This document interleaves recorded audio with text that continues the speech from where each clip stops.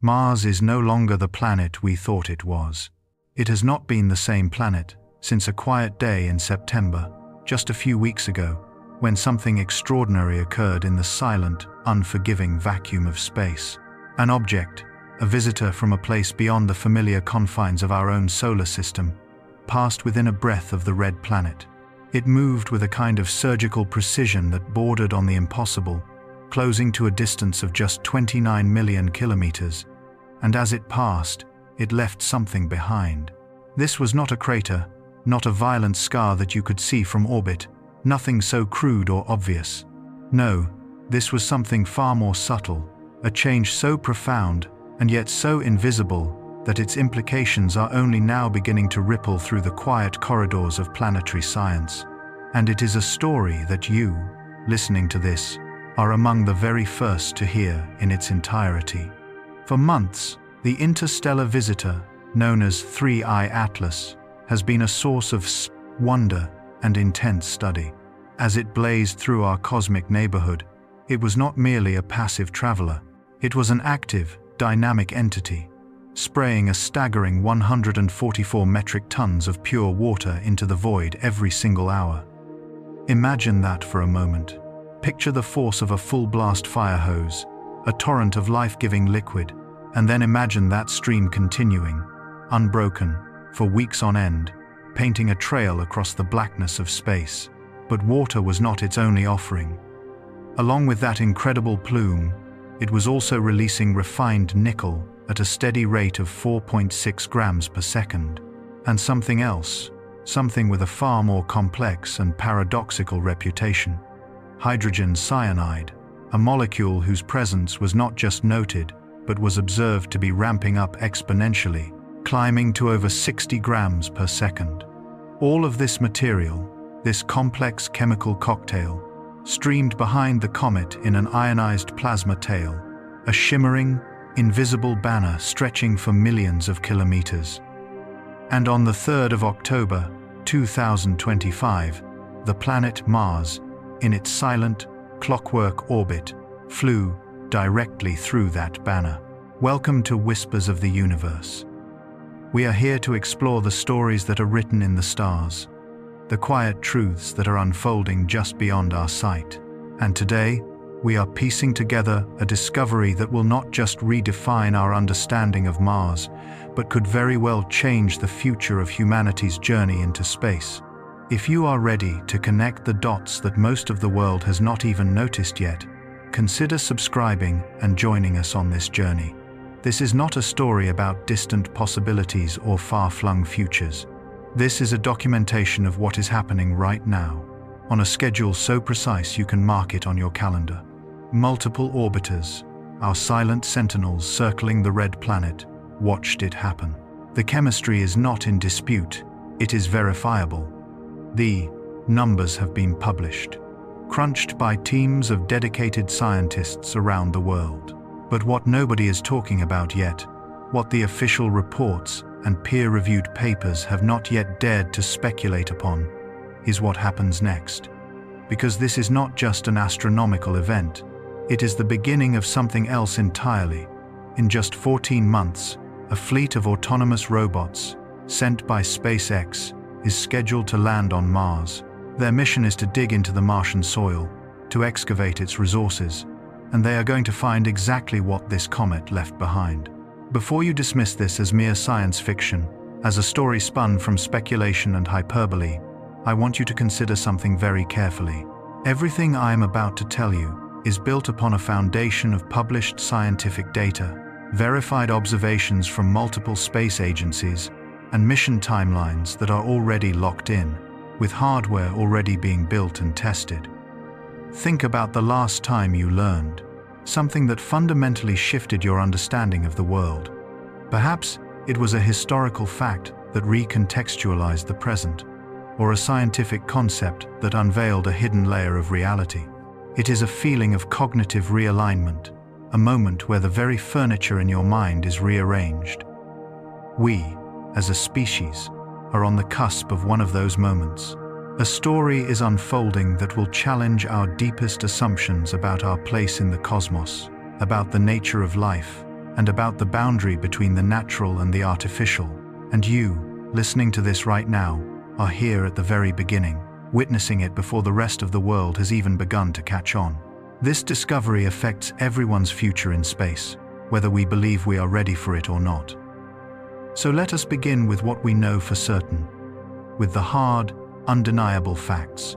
The date was October 3rd, 2025. While most of the world was consumed with its terrestrial concerns, the rhythms of daily life, the noise of politics, the ebb and flow of economies, 3 sophisticated spacecraft in Martian orbit recorded something utterly unprecedented. The European Space Agency's Mars Express, NASA's venerable Mars Reconnaissance Orbiter, and India's pioneering Mars Orbiter mission, all of them turned their instruments toward the same event. They all tracked the silent passage of 3I Atlas as it swept past the red planet at a distance of 28.94 million kilometers. To put that number into perspective, that is roughly 3/4 of the closest possible distance between Earth and Mars. For an object that originated from outside our solar system, a true interstellar wanderer, traveling at a blistering 65 kilometers per second relative to the Sun, to come within that specific range of Mars represents a kind of geometric precision that is almost uncomfortable to contemplate. It is like throwing a dart from a moving train and hitting a specific, moving pinhead 1,000 miles away. The odds are staggering, and yet, it happened. The universe, it seems, is not always as random as we might believe. The Swift Observatory had been tracking 3I Atlas since it first crossed Earth's orbit back in August. Even then, there were signs that this was no ordinary comet. It was bright, far brighter than any of the standard models predicted it should be at that distance from the Sun. What was the source of this unexpected brilliance? The answer lay in a process known as outgassing, the beautiful and violent transformation where frozen volatiles on a comet's nucleus sublimate directly into gas when warmed by the Sun, forming the characteristic glowing coma and the magnificent tail. But this was not ordinary outgassing. The sheer scale of it was something else entirely. In late August, Swift's ultraviolet spectrograph took the first crucial measurements. The comet was producing water at a rate of 144 metric tons per hour. Pause for a moment and let that number sink in. 144 metric tons. That is the weight of nearly 30 adult elephants, every single hour.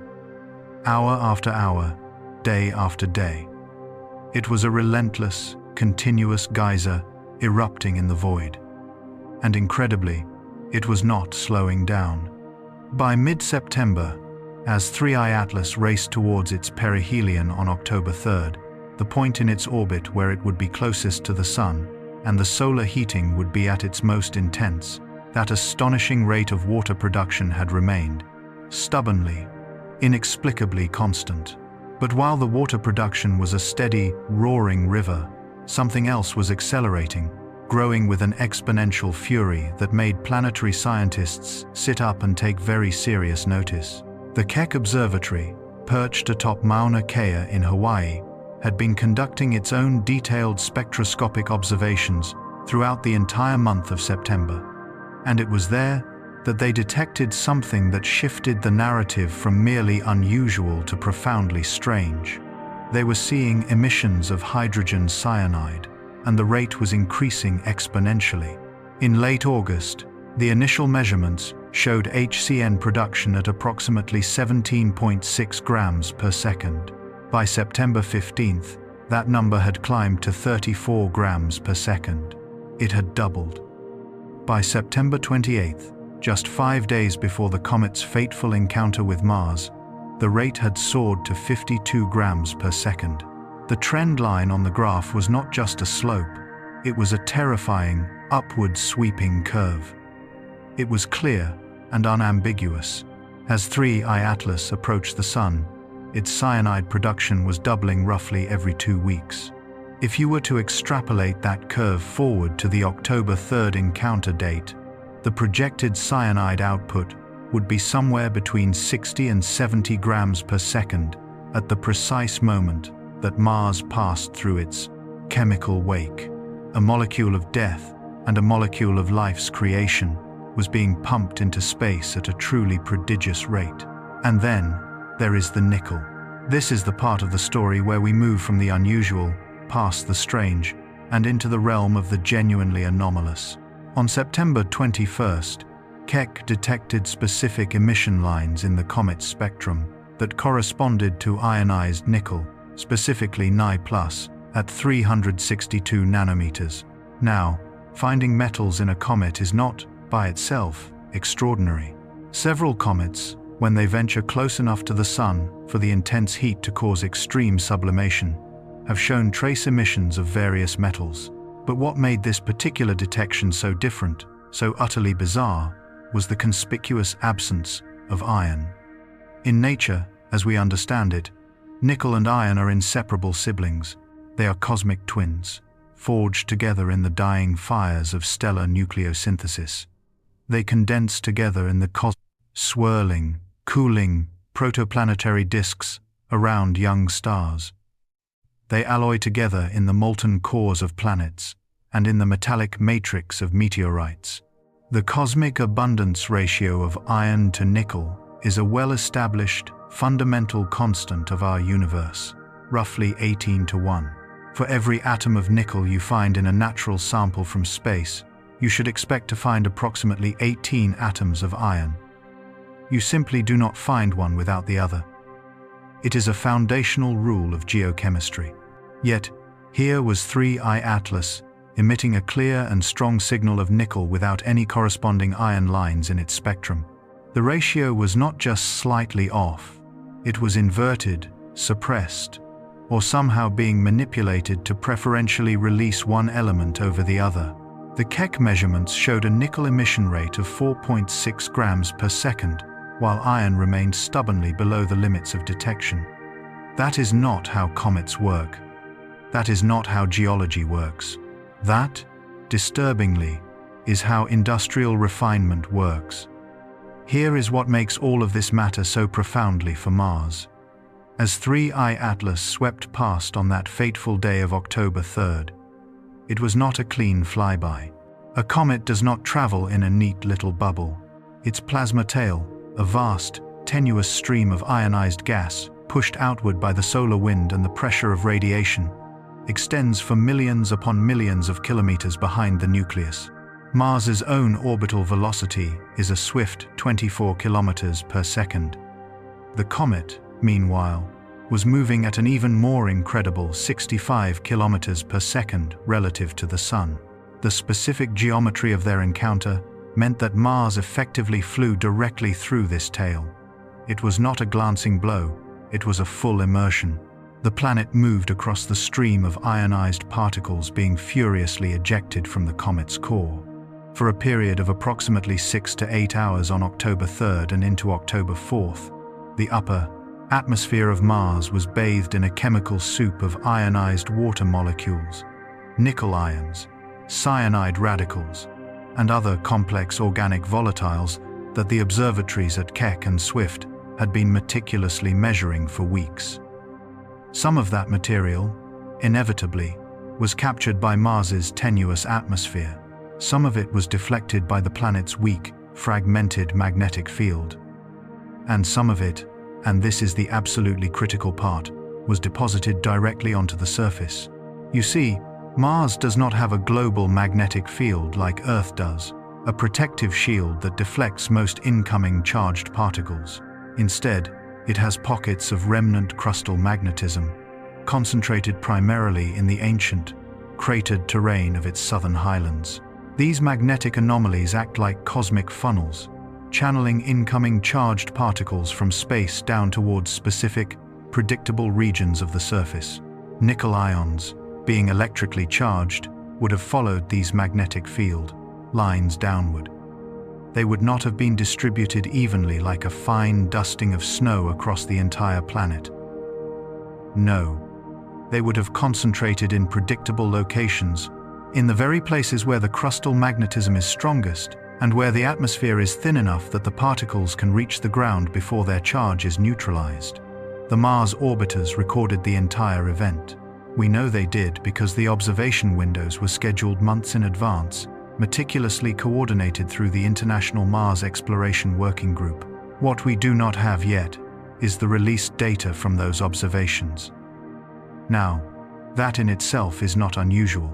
Raw orbital data typically goes through months, sometimes years, of painstaking processing, calibration, and rigorous peer review before it is published for the wider scientific community. But the observations were made. There are spectrographic measurements of Mars's upper atmosphere during the encounter. There is ultraviolet, monitoring of the atmospheric airglow as the plasma tail interacted with the native Martian gases. There are high-resolution images of potential impact sites, searching for any dust grains large enough to have created visible streaks upon entry.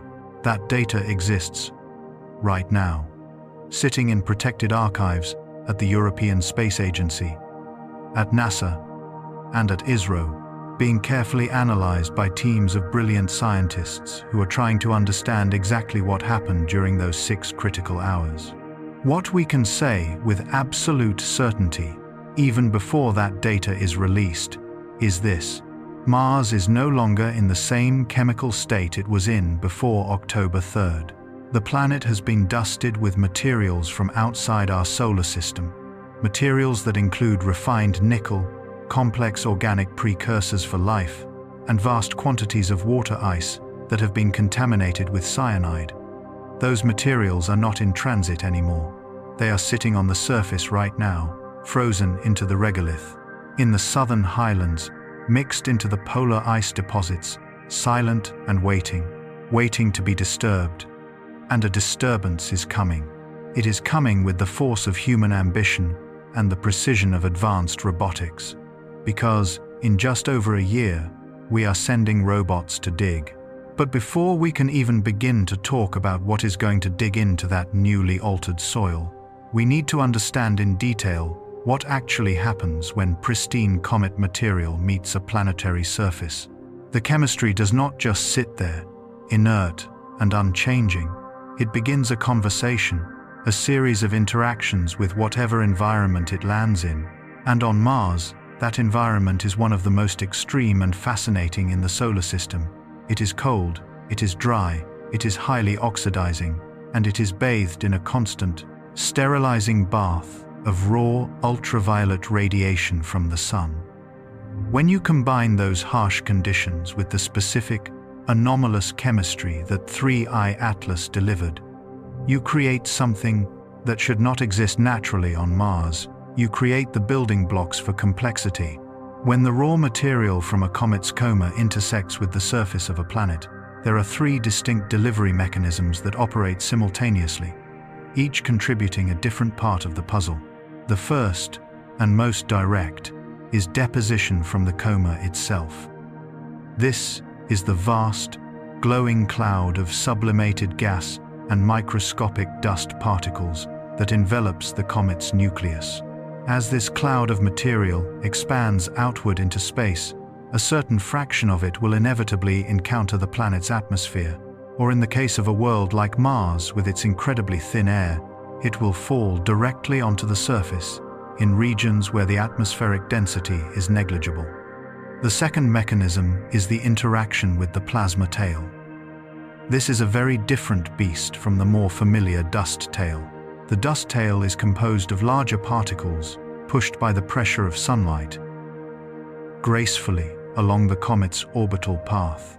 The plasma tail, however, is driven by the solar wind, the constant stream of charged particles flowing from the sun, and as a result, it points directly away from the sun, like a cosmic windsock.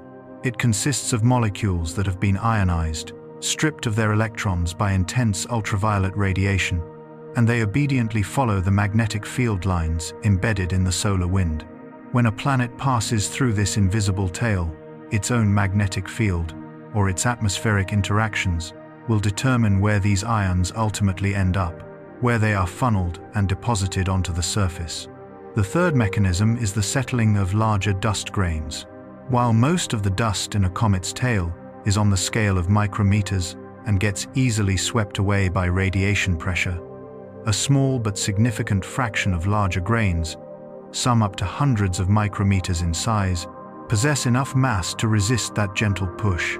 These larger grains follow their own ballistic trajectories after being ejected from the nucleus. And if a planet happens to be in their path as they pass, gravitational capture becomes a distinct possibility.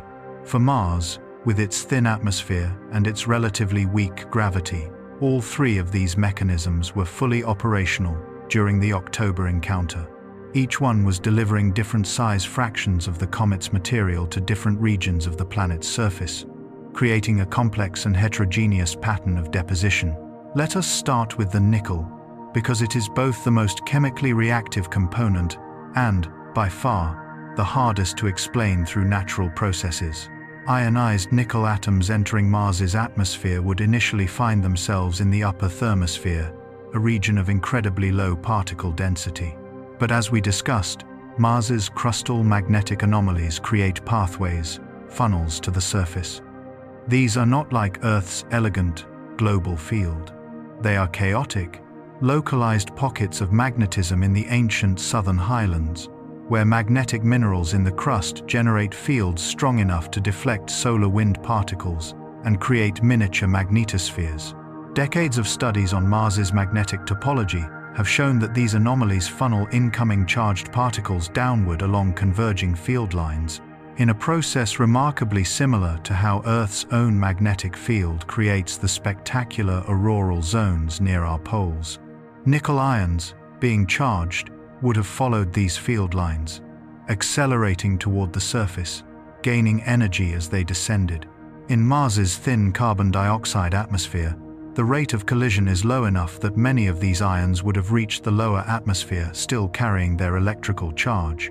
Upon making contact with the surface, they would finally neutralize by capturing electrons from the fine dust grains of the regolith, which are known to be electrostatically charged due to triboelectric effects from the wind and constant exposure to ultraviolet light. The end result? Elemental nickel atoms, freshly deposited and chemically hungry, adsorbed onto the surface of the regolith particles. This is not a trivial dusting. The emission rate of 4.6 grams per second, maintained over the 6 to 8 hour encounter window, translates to a staggering total of between 100 and 130 kilograms of pure nickel deposited across whatever surface area the plasma tail happened to cover. Given the tail's immense cross-section and Mars's specific geometry during the flyby, that area likely encompasses several million square kilometers, concentrated primarily in the southern highlands. And the concentration would not be uniform. The magnetic funneling would have created hotspots, areas of significantly higher nickel enrichment. But even when averaged out across the entire region, you are looking at a measurable, significant increase in the nickel concentration in the very top layer of the Martian soil. Now, here is precisely why that matters from a chemical perspective. Here on Earth, nickel is a powerhouse of catalytic activity in our own biology. A class of enzymes known as nickel metalloenzymes are responsible for catalyzing some of the most ancient and fundamental metabolic reactions that we know of. These include hydrogen oxidation, methane production, and the reduction of carbon dioxide. These are not the complex processes of multicellular organisms. This is the raw, foundational chemistry of the single-celled organisms that emerged very early in Earth's history, quite possibly before our atmosphere even contained any significant amount of oxygen. The reason nickel is so incredibly effective in these reactions lies in its unique ability to cycle between multiple oxidation states and to coordinate with organic molecules through its d orbitals. When nickel is adsorbed onto mineral surfaces, especially iron oxide, minerals like hematite, which is, of course, famously abundant in the Martian regolith, giving the planet its characteristic red color, it becomes even more catalytically active. The mineral surface acts as a scaffold, holding the nickel atoms in specific geometric arrangements that are highly favorable for electron transfer reactions. This is precisely the kind of setup that prebiotic chemistry researchers painstakingly create in their laboratories when they are trying to simulate the conditions of early Earth. Except now, this exact setup exists on Mars, placed there with uncanny precision by an interstellar comet. So, the nickel is not just sitting there inertly on the surface. If there are any organic molecules present, if there is any water ice nearby that might melt even for a moment, if there is any input of energy from sunlight or from subsurface geothermal heat, that nickel will begin to facilitate reactions. It will lower the activation energy barriers for chemical transformations. It will stabilize the fleeting, high-energy transition states of molecules. In short, it will make chemistry happen that simply would not occur without it. Then, we have the cyanide. Hydrogen cyanide is one of the universe's most profound paradoxes. In the presence of oxygen and complex life, as we know it, it is a deadly poison. It is a respiratory inhibitor that shuts down our cells' ability to produce energy by binding to critical metalloenzymes. But in the absence of oxygen, under conditions that are very similar to those on early Earth or, indeed, early Mars, HCN is a molecular Swiss Army knife. It is a versatile and powerful building block. It can polymerize to form adenine, one of the essential nucleobases that make up DNA and RNA. It reacts with formaldehyde to produce a variety of amino acids. It can even form the precursors to sugars through what are known as Formose reactions. Essentially, hydrogen cyanide is the starting point for much of the organic complexity that life, as we understand it, absolutely requires. The key, as with so many things in chemistry, is concentration and conditions. On modern Earth, HCN is incredibly rare, precisely because our atmosphere is so rich in oxygen and our biosphere is so biologically active. Anything that forms gets broken down and consumed almost immediately. But on Mars, with its carbon dioxide atmosphere, its freezing temperatures, and its conspicuous lack of widespread biology, HCN can persist. When 3I Atlas was ejecting cyanide at a rate of 60+ grams per second during the October encounter, that material was entering an environment where it could be frozen into a state of stable preservation. Mars's nighttime surface temperatures routinely plummet to below -100 degrees Celsius. At those frigid temperatures, HCN does not react. It simply condenses as a solid, locking itself into ice deposits or adsorbing onto the surface of dust grains. The vast polar regions and the extensive mid-latitude ice deposits would act as natural cold traps, capturing these cyanide molecules and preserving them indefinitely until something comes along to disturb the ice. The deposition pattern for the cyanide would be different from that of the nickel, because HCN is not an ionized molecule. It is electrically neutral. Therefore, it would not have followed the magnetic field lines. Instead, it would have followed the patterns of atmospheric mixing. Mars's atmosphere, thin as it is, still circulates. During the October encounter, Mars was in its northern spring, approaching the summer solstice. This creates a large-scale hemispheric circulation pattern, where carbon dioxide sublimating from the southern polar cap drives winds northward. Any cyanide deposited into the southern hemisphere's atmosphere would have been caught up in this circulation, distributed towards the mid-latitudes, and would eventually have precipitated out in regions where the nighttime temperatures allowed it to freeze. Models of Martian atmospheric chemistry suggest that neutral molecules introduced into the upper atmosphere have residence times of several weeks before they are either photodissociated by ultraviolet radiation or precipitated onto the surface. Given the sheer amount of HCN that 3I Atlas was producing conservatively, between 200 and 250 kilograms during the encounter window, and Mars's total atmospheric mass of roughly 25 trillion kilograms, you are looking at a transient enrichment on the order of several parts per trillion. Now, that may sound negligible, but the processes of precipitation and freezing act to concentrate it, Ice deposits that were forming during the Martian night in the weeks following the encounter would have incorporated that cyanide at much higher concentrations than the atmospheric average, potentially reaching levels of parts per million in localized frost layers. What this creates is a fascinating and unprecedented situation where the surface of Mars now contains two distinct classes of crucial prebiotic materials that were simply not there before.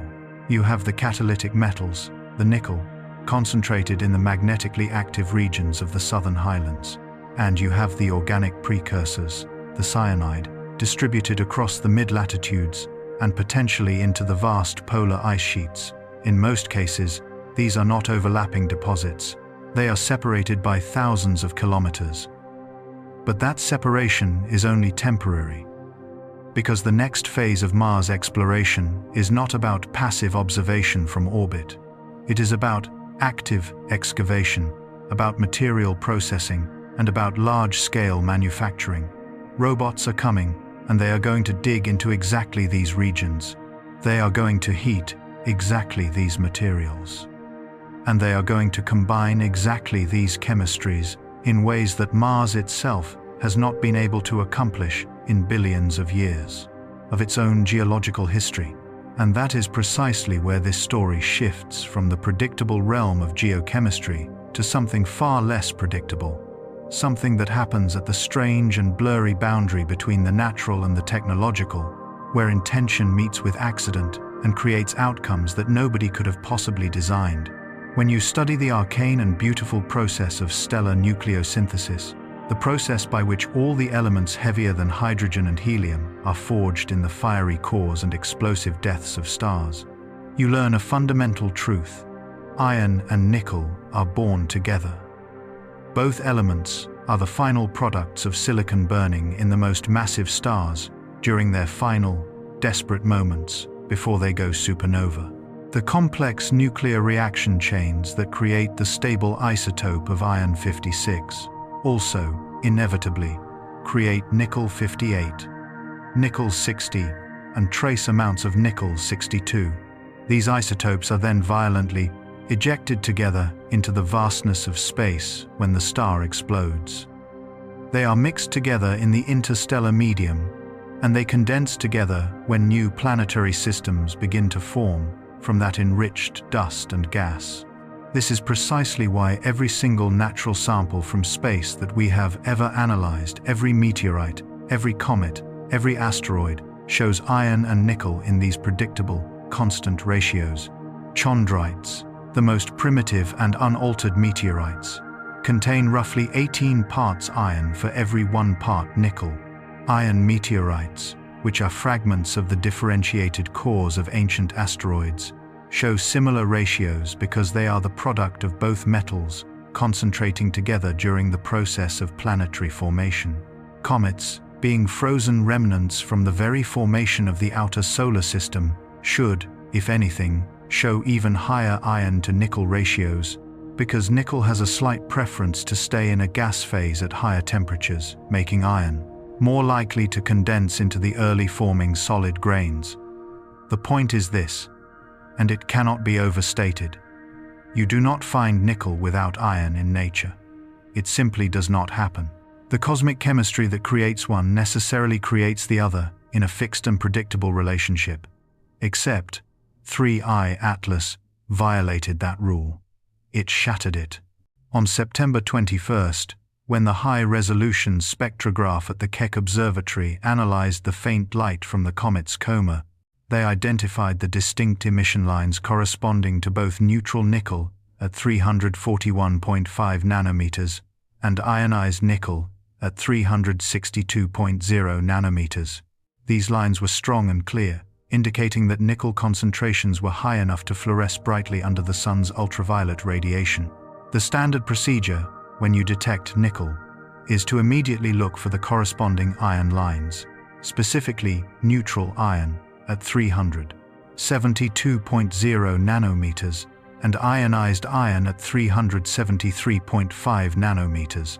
Those lines should always be present, and they should be, by all rights, roughly 18 times stronger than the nickel lines, once you adjust for their different excitation efficiencies.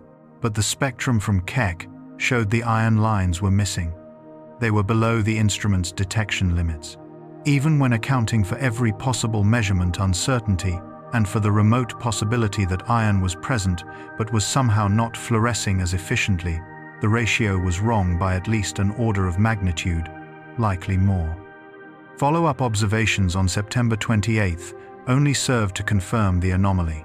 The nickel emission had intensified as the comet drew closer to perihelion, but the iron remained conspicuously, deafeningly absent.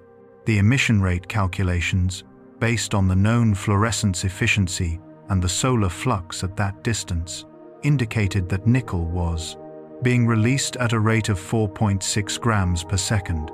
If iron were present at its natural cosmic ratio, it should have been releasing at over 80 grams per second, and its signal in the spectrum would have been unmistakable. It was not there. This is where the quiet conversations among the world's leading spectroscopists became deeply uncomfortable. There are only a few possible ways to explain a suppression of iron relative to nickel, and none of them fit comfortably with what we know about the composition of comets. One possibility is that the iron in the comet's nucleus is locked into specific minerals that do not sublime at the temperatures 3I Atlas was experiencing. Certain iron sulfides and oxides have very high sublimation points, so they might remain in a solid state while nickel-bearing minerals like pentlandite could vaporize. But this explanation quickly fails, because pentlandite itself is an iron-nickel sulfide, with a 1-to-1 atomic ratio of iron to nickel. If pentlandite were the source and it were sublimating, you would get both metals, not just one. Another possibility involves photochemical destruction. Perhaps, once they are released from the nucleus, the iron atoms are being ionized and photodissociated into ions that do not fluoresce in the observed wavelength range. But nickel is subject to the exact same photochemical processes, and it was clearly surviving long enough to fluoresce brightly. So why would one element be destroyed while the other survives? It makes no physical sense. The third possibility, the one that nobody wanted to write into a peer-reviewed paper without truly extraordinary evidence, is that the nickel is not coming from natural minerals at all. It is coming from a process that has already separated the nickel from the iron. Here on Earth, we have been separating nickel from iron on an industrial scale for over a century. The most efficient and widely used method is known as the Mond process, developed in the 1890s by Ludwig Mond. Here is how it works. You take impure nickel, usually in the form of nickel sulfide ore that also contains significant amounts of iron and other contaminants, and you expose it to carbon monoxide gas at relatively low temperatures, somewhere between 50 and 80 degrees Celsius. At these temperatures, the nickel readily reacts with the carbon monoxide to form a highly volatile compound called nickel carbonyl.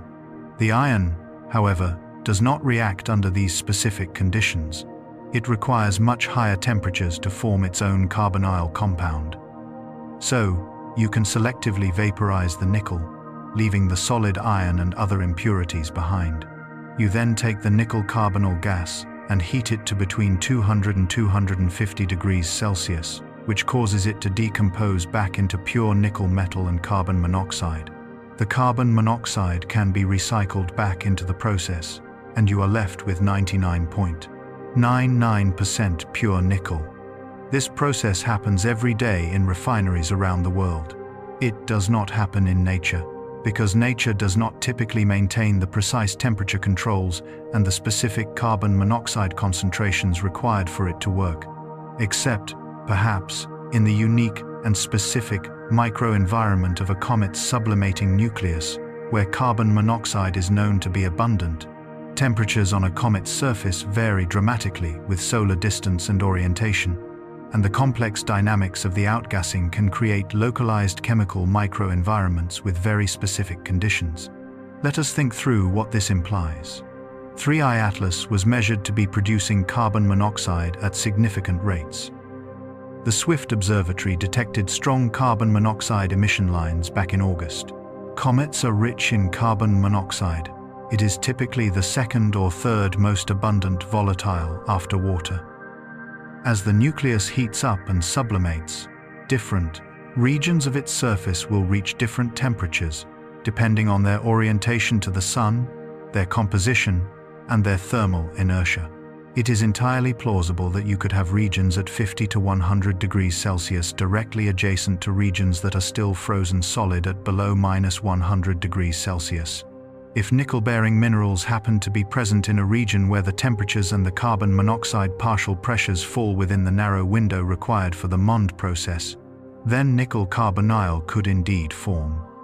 And because it is extremely volatile, it would immediately vaporize into the coma.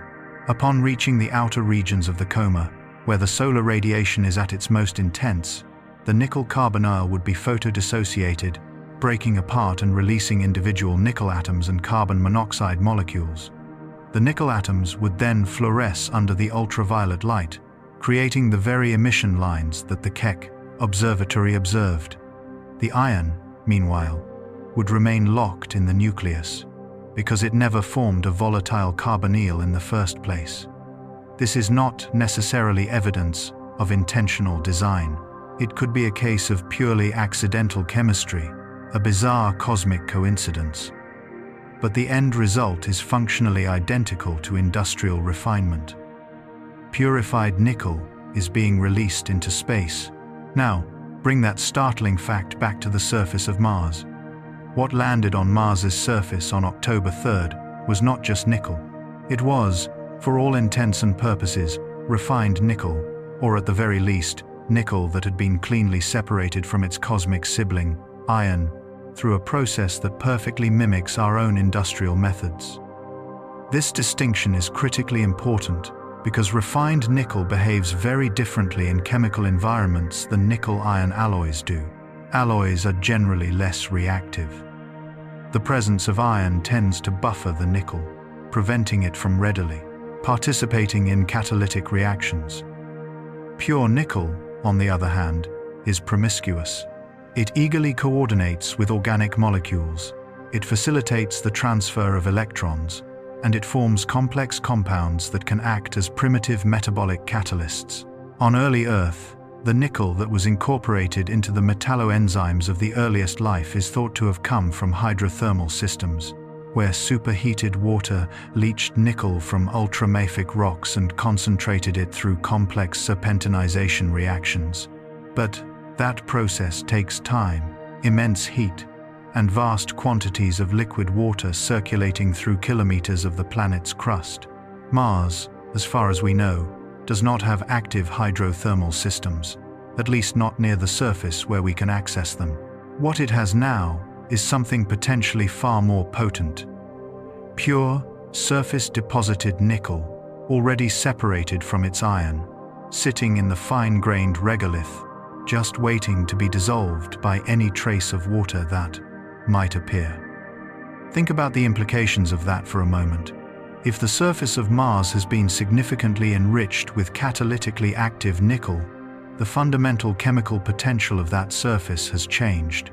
Reactions that would not have been favorable before complex organic synthesis, the oxidation of hydrogen, perhaps even the beginnings of primitive metabolic cycles suddenly become possible. Not inevitable, but possible. The activation energy barriers have been lowered. The entire thermodynamic landscape has been tilted in favor of complexity. This is precisely what researchers at Origins of Life laboratories around the world try to achieve. They create controlled environments where chemistry can explore the vast space of complexity without requiring any pre-existing biology. They add metal catalysts to their prebiotic soups for exactly this reason. And now, Mars has had the very same catalysts delivered by a comet that, whether through a bizarre accident of nature or something else entirely, was producing refined nickel as it passed through the inner solar system. Here is the part that makes this deeply uncomfortable. The Mond process does not happen randomly. The temperature window is incredibly narrow. The carbon monoxide partial pressure has to be just right. The time scale of the exposure matters. For this specific chemistry to occur naturally on a comet requires a very specific, and likely very rare, set of conditions to align perfectly. and those conditions would have to persist long enough to volatilize significant amounts of nickel. We are talking about at least several hours of continuous, stable processing at these precise temperatures to produce the emission rates that Keck measured. Now, that is not strictly impossible. Comets are incredibly complex objects, with varied surface compositions and dynamic thermal environments. But it is unusual enough that no previous comet, out of the hundreds that have been observed, spectroscopically, has ever shown this distinct nickel without iron signature. Only 3I Atlas, only the interstellar visitor, only the one object that just happened to pass Mars at a distance that placed the planet directly in its outgassing stream. And the timing? Well, we will get to the timing, because in just over a year, robots equipped with mass spectrometers, advanced chemical analyzers, and integrated material processing systems will land in the southern highlands of Mars. And they are going to start digging into a regolith that now contains something that, by all rights of cosmic chemistry, should not naturally be there. They are going to heat that soil to extract water. And in doing so, they are going to, inadvertently, create the exact conditions where this nickel catalysis becomes highly active. They are going to be running efficiency algorithms that are designed to optimize for resource extraction. And those algorithms are going to notice, through cold, hard data, that certain soil samples process better than others. And if those samples just happen to be the ones that are enriched with refined nickel from an interstellar comet, the optimization loops will prioritize processing more and more of that soil. Nobody is planning for this. Nobody has written this scenario into the mission protocols. But it is going to happen, because the chemistry is already there, waiting. Hydrogen cyanide occupies a strange and contradictory position in the human consciousness.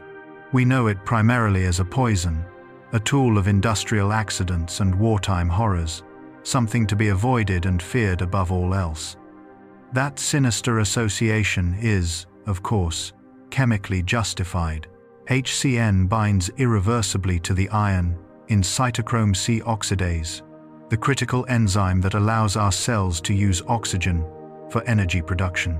Shut down that enzyme, and our cells effectively suffocate, even when they are bathed in oxygen-rich blood. Death follows with terrifying swiftness. But this modern, biological understanding of HCN obscures an older, more fundamental truth. Before there was oxygen, before there was life complex enough to be poisoned by it, hydrogen cyanide was one of the most important and versatile molecules in the entire universe for the construction of complexity. The famous Miller-Urey experiment in 1953, the one that first demonstrated that amino acids could be synthesized under plausible prebiotic conditions, worked precisely because the simulated early Earth atmosphere they used included ammonia and methane. When subjected to electrical sparks, meant to simulate lightning, these simple molecules produced HCN as a key intermediate. That cyanide then went on to react with formaldehyde and water to create glycine, alanine, and a host of other amino acids, the very building blocks of proteins. Without HCN in that primordial mix, the experiment would have failed. Since then, decades of painstaking prebiotic chemistry research have only served to confirm that HCN is not just one possible pathway among many. It is the central hub of abiotic organic synthesis. Here is why HCN is so chemically versatile. The molecule itself is linear, a hydrogen atom bonded to a carbon atom, which is in turn triple bonded to a nitrogen atom. That triple bond stores a tremendous amount of chemical energy. When HCN polymerizes, when it links together to form larger molecules, those bonds rearrange, releasing that stored energy and driving the formation of larger, more complex, and more stable structures.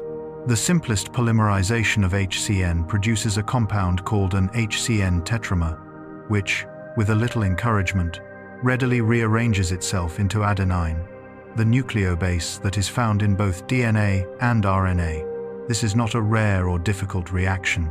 It happens spontaneously, when you concentrate HCN in water, especially if there is a source of energy like ultraviolet radiation or gentle heat to provide the necessary activation energy. Adenine, one of the 5 letters that encode all genetic information for life on Earth, can form from just 5 HCN molecules linking together. That is it. No enzymes are required, no complex cellular machinery is needed, just hydrogen, cyanide, water, and a bit of energy. The same basic chemistry can also produce guanine, another of the essential nucleobases. It produces a wide array of amino acids when it reacts with aldehydes. It even produces sugars when formaldehyde is present alongside it. Essentially, HCN is the Swiss Army knife of prebiotic chemistry.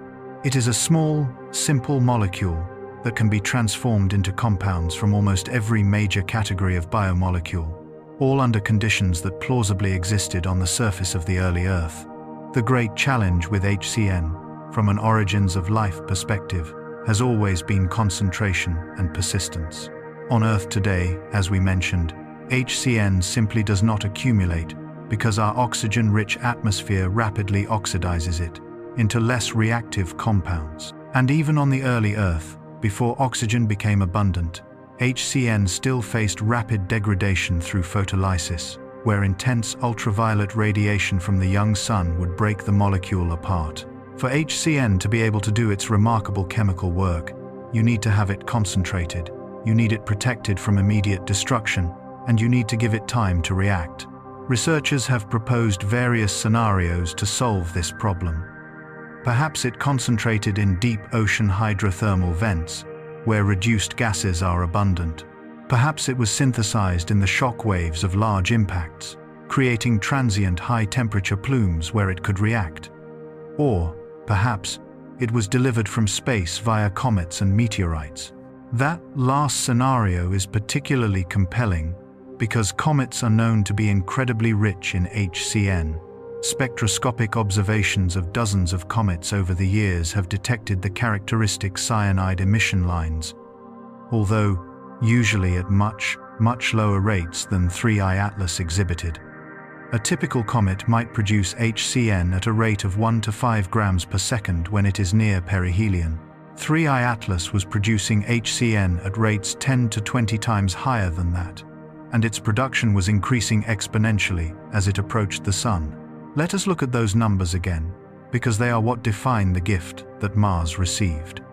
The Swift Observatory's measurements in late August showed HCN emission at 17.6 grams per second.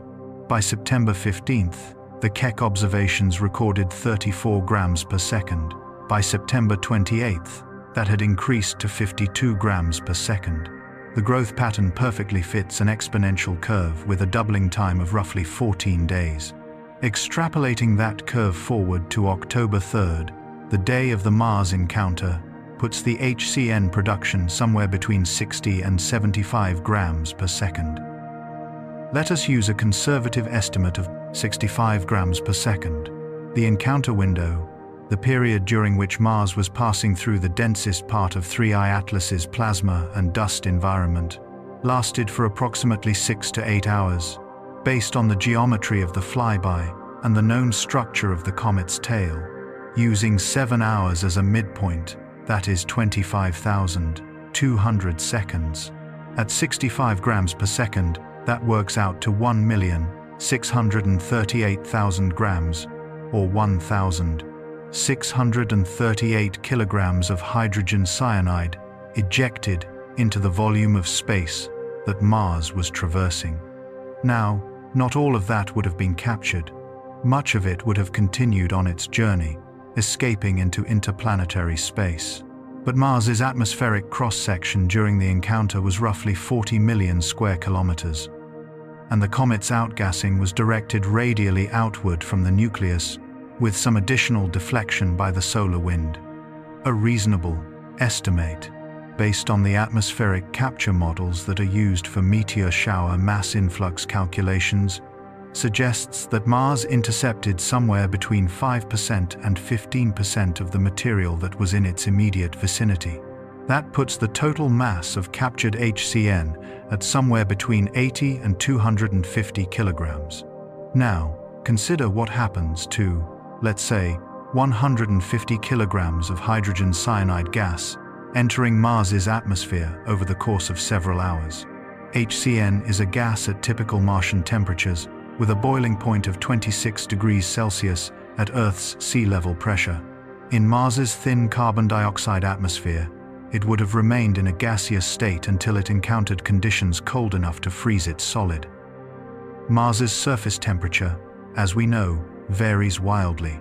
Daytime equatorial temperatures can sometimes reach a balmy 20 degrees Celsius, but the nighttime temperatures routinely drop to below -100 degrees Celsius.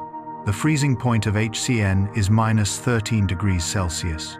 So, any molecule of it that reached the nighttime surface or the polar regions would have immediately condensed as a solid. The atmospheric circulation during the Martian spring in the northern hemisphere creates a net transport of gases from the southern polar region towards the mid-latitudes. HCN molecules that were introduced into the southern hemisphere's upper atmosphere would have been mixed into this circulation, gradually descending and spreading northward over the course of several weeks. A certain fraction of them would have been photodissociated by ultraviolet radiation during their daytime exposure, breaking down into hydrogen atoms and cyanogen radicals. But Mars's UV environment, while intense, is not uniform. The ubiquitous dust in the atmosphere scatters UV light, and the long Martian night provides 12 hours of protection during each sol. Models of trace gas lifetimes in Mars's atmosphere suggest that HCN could have persisted for several weeks before photochemical destruction became complete. During those weeks, every single Martian night, the surface temperatures would have dropped low enough to freeze the HCN onto dust grains and into the nightly frost deposits. This process is identical to how water vapor and carbon dioxide form the nightly frosts that we see sublimate with each sunrise. But HCN, once it is frozen onto a dust grain, does not sublimate as readily, because Mars's daytime temperatures in most regions do not actually reach its freezing point. Instead, the HCN would have begun to accumulate in regions where seasonal frost persists: the mid-latitude ice deposits, the polar layered terrains, and the permanently shadowed floors of deep craters. These natural cold traps would have been accumulating cyanide throughout the month of October and into November, as the atmospheric inventory of HCN was gradually scrubbed out by condensation and photolysis. By December of 2025, essentially all of the delivered HCN would have been removed from the atmosphere, either destroyed or deposited into the surface ice. The concentration in those ice deposits would likely be low, probably on the order of tens to hundreds of parts per million, but the total mass would be substantial, potentially tens of kilograms distributed across millions of square kilometers of ice-rich terrain. Here is precisely why that matters. HCN, once it is frozen into an ice matrix, is stable indefinitely under Martian conditions. It does not degrade, it does not react, it just waits. But if that ice is ever disturbed, if it is melted, sublimated, or heated, the HCN is liberated back into whatever environment surrounds it. And if that environment includes even a transient pocket of liquid water, the HCN chemistry activates immediately. Polymerization begins. Amino acids begin to form if aldehydes are also present. Nucleobases begin to form if the concentrations are sufficient. This is not speculative chemistry. This is bench chemistry that has been replicated in thousands of laboratory experiments around the world. The specific reactions that occur will depend on the temperature, the pH, and what other molecules happen to be around. But the general outcome is always the same. HCN creates complexity. It explores the vastness of chemical space, forming larger molecules, more stable structures, and compounds that would never form from simple carbon dioxide and water alone. The surface of Mars was, for all intents and purposes, relatively inert before October 3rd. The carbon chemistry on Mars is dominated by stable carbonates, carbon dioxide ice, and the trace organics that have been delivered over billions of years by meteorites. It is a stable, ancient, and largely unchanging chemical landscape. The addition of 80 to 250 kilograms of highly reactive HCN changes that stability. It introduces a molecule that wants to react, that actively facilitates the growth of complexity, and that could, under the right conditions, to initiate the very same chain of prebiotic chemistry that ultimately led to the emergence of life on Earth. And those right conditions are coming.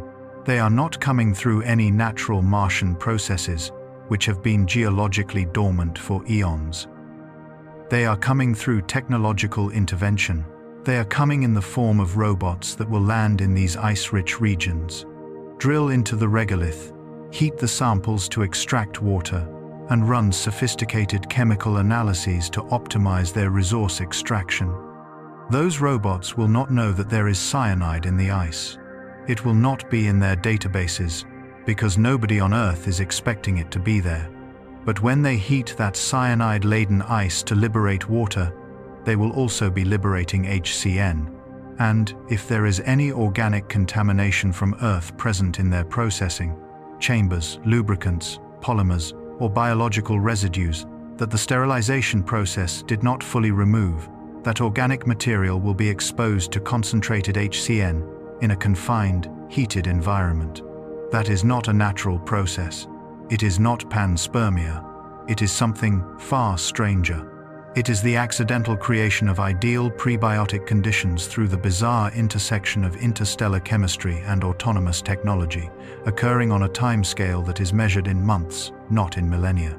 Understanding precisely where 3I Atlas's chemical payload was deposited onto the surface of Mars requires a careful reconstruction of the encounter's geometry and a deep understanding of the physical processes that govern how ejected material interacts with a planetary environment. On October 3, 2025, Mars was at approximately 231 degrees solar longitude. This places the planet in its northern hemisphere's late spring, rapidly approaching the summer solstice. The subsolar point, the location on the surface where the sun is directly overhead, was at roughly 24 degrees north latitude. This matters a great deal, because a planet's interaction with space-based particles is strongly influenced by its orientation and its magnetic field structure, both of which vary significantly with latitude and the local geology. As we have established, Mars does not possess a global, dipole magnetic field like Earth's. What it has is a patchwork of remnant crustal magnetism, concentrated primarily in the ancient, heavily cratered southern highlands. These magnetic anomalies were first discovered by the Mars Global Surveyor in the late 1990s and have been mapped extensively by subsequent missions. The strongest of these anomalies are clustered between 30 and 60 degrees south latitude, with magnetic field strengths at satellite altitude reaching as high as 1,500 nanoteslas. While this is weak compared to Earth's 50,000 nanotesla field, it is more than sufficient to deflect and channel incoming charged particles. When the ionized nickel atoms from 3I Atlas's plasma tail encountered Mars, they would have initially interacted with the planet's ionosphere, the tenuous region between 100 and 200 kilometers in altitude, where the atmospheric gases are partially ionized by solar ultraviolet radiation. Mars's ionosphere does not have a sharp boundary. It is a gradual transition from near vacuum to an atmospheric density sufficient to begin slowing down particles through collisions. Nickel ions, with their thermal energies of a few electron volts, would have penetrated this region relatively easily, losing only a small fraction of their energy to collisions with the native carbon dioxide molecules. But as they descended further, two processes began to dominate their trajectories. First, Mars's weak gravitational field would have pulled them downward. Second, and far more importantly, the crustal magnetic anomalies would have exerted powerful Lorentz forces on the charged ions, bending their paths and forcing them to follow the magnetic field lines. Detailed studies of how solar wind protons interact with Mars's crustal fields show that the particles follow these field lines all the way down to the surface in regions of strong magnetism, creating localized areas of enhanced particle precipitation. The exact same physics applies to the nickel ions. They would not have spread uniformly across the planet. They would have been concentrated in the southern highlands, in the very places where the magnetic funneling is strongest. The specific regions with the most intense crustal magnetism are well mapped.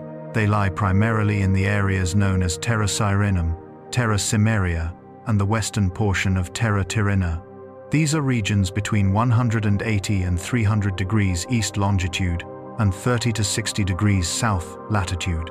These are ancient terrains, some of the oldest surfaces on Mars, dating back more than 4 billion years to the Noachian period, when Mars's own magnetic dynamo may still have been active. The terrain here is heavily cratered, chemically weathered, and incredibly rich in hematite and other iron oxides. The regolith is fine-grained, highly oxidized, and has been exposed to the harshness of space weathering for eons. It is also precisely where the nickel ions would have been deposited on October 3rd, and not uniformly distributed, but concentrated in patches and streaks that are aligned with the underlying magnetic field structures, potentially creating nickel enrichments that are orders of magnitude higher than the already elevated background levels. Without taking direct samples, we cannot know the exact concentrations. But models of ion deposition based on similar processes that occur at Earth's poles suggest that the surface layer enrichments could easily reach tens to hundreds of parts per million in these localized areas. For the hydrogen cyanide and the other neutral molecules, the deposition pattern is entirely different. HCN does not respond to magnetic fields. It follows the whims of atmospheric circulation. Mars's atmosphere during the northern spring exhibits what is known as a Hadley cell circulation, where warm air rises at the subsolar latitude and flows poleward at high altitude, before descending at the mid to high latitudes in both hemispheres. Gases that are introduced into the upper atmosphere get caught up in this large-scale circulation and are transported towards the cooler regions of the planet, where condensation can occur. During the October encounter, the subsolar point was in the northern hemisphere, so the atmospheric circulation would have preferentially transported the gases northward. But the critical nighttime cold traps exist in both hemispheres. Anywhere the surface temperature drops below -13 degrees Celsius, HCN will freeze. This means that the cyanide deposition would have been widespread, but it would have been preferentially concentrated in regions where seasonal ice is known to be stable. The polar layered deposits, the mid-latitude glaciers, and the ice-cemented regolith found in permanently shadowed craters. These are, not coincidentally, the very same regions that future Mars exploration missions are targeting for water resource extraction. Precisely because the ice there is accessible near the surface. One particularly interesting potential overlap is Jezero Crater, the location where NASA's Perseverance rover is currently operating. Jezero is located at 18 degrees north latitude and 77 degrees east longitude, so it is not in the southern magnetic highlands. Therefore, it would not have received any significant nickel deposition. But it is at a latitude where the nighttime temperatures regularly drop below -100 degrees Celsius, especially in shadowed regions and during the winter months. HCN transport modeling suggests that the atmospheric circulation could very well have carried the cyanide-bearing gases into the northern mid-latitudes, where they would have frozen out into the seasonal frost deposits. Perseverance was not sampling the atmosphere or the frost during the October encounter, so it would not have detected this directly. But if Jezero's seasonal frost did indeed incorporate HCN, and if that frost then sublimates and refreezes over the subsequent Martian years, trace amounts of cyanide could persist in the local ice inventory. Now, this is speculative.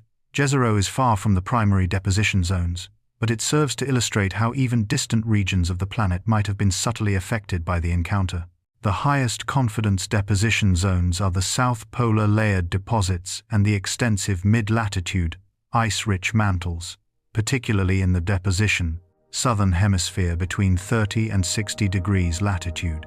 These regions are characterized by vast deposits of shallow subsurface ice, sometimes lying within mere centimeters of the surface, protected by a thin layer of insulating dust and regolith. Radar data from the Mars Reconnaissance Orbiter's SHARAD instrument has mapped these ice deposits extensively, showing that they contain relatively pure water ice with minimal dust contamination. Ice this clean acts as an excellent cold trap for atmospheric gases.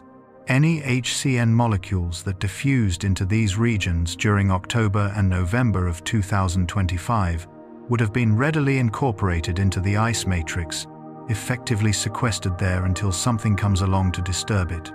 Natural sublimation is extremely slow in these regions. The ice deposits here are stable over thousands of years under the current climatic conditions.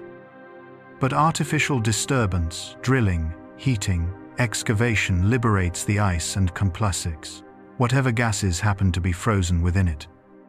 Now, here is what makes this particularly relevant to our story. Those exact regions, the southern mid-latitudes with their abundant, shallow subsurface ice, are the prime candidate landing zones for the first crewed missions to Mars and for the robotic resource extraction operations that will precede them. SpaceX's mission architecture, as has been outlined in numerous presentations from 2022 through 2025, specifically targets landing zones between 30 and 45 degrees latitude in both hemispheres. This is because those regions offer the perfect balance of accessible ice for in-situ resource utilization, while avoiding the extreme cold and the long polar nights of the poles. The robotic precursor missions, which are scheduled to begin launching in late 2026, are expected to land in these very zones to demonstrate the technologies of ice mining, water electrolysis, and propellant production. They will drill, they will heat, they will process, and they will, inevitably, encounter whatever chemistry 3I Atlas left behind just 14 short months earlier. The data exists, right now, to confirm all of this. Mars Express, with its MARSIS radar and its SPECAM spectrometer, observed Mars throughout the entire October encounter. The Mars Reconnaissance Orbiter's CRISM hyperspectral imager can detect changes in surface mineralogy at a meter-scale resolution. India's Mars Orbiter mission carries a methane sensor and an atmospheric composition experiment that would have detected HCN if it had reached detectable concentrations in the atmosphere during the flyby.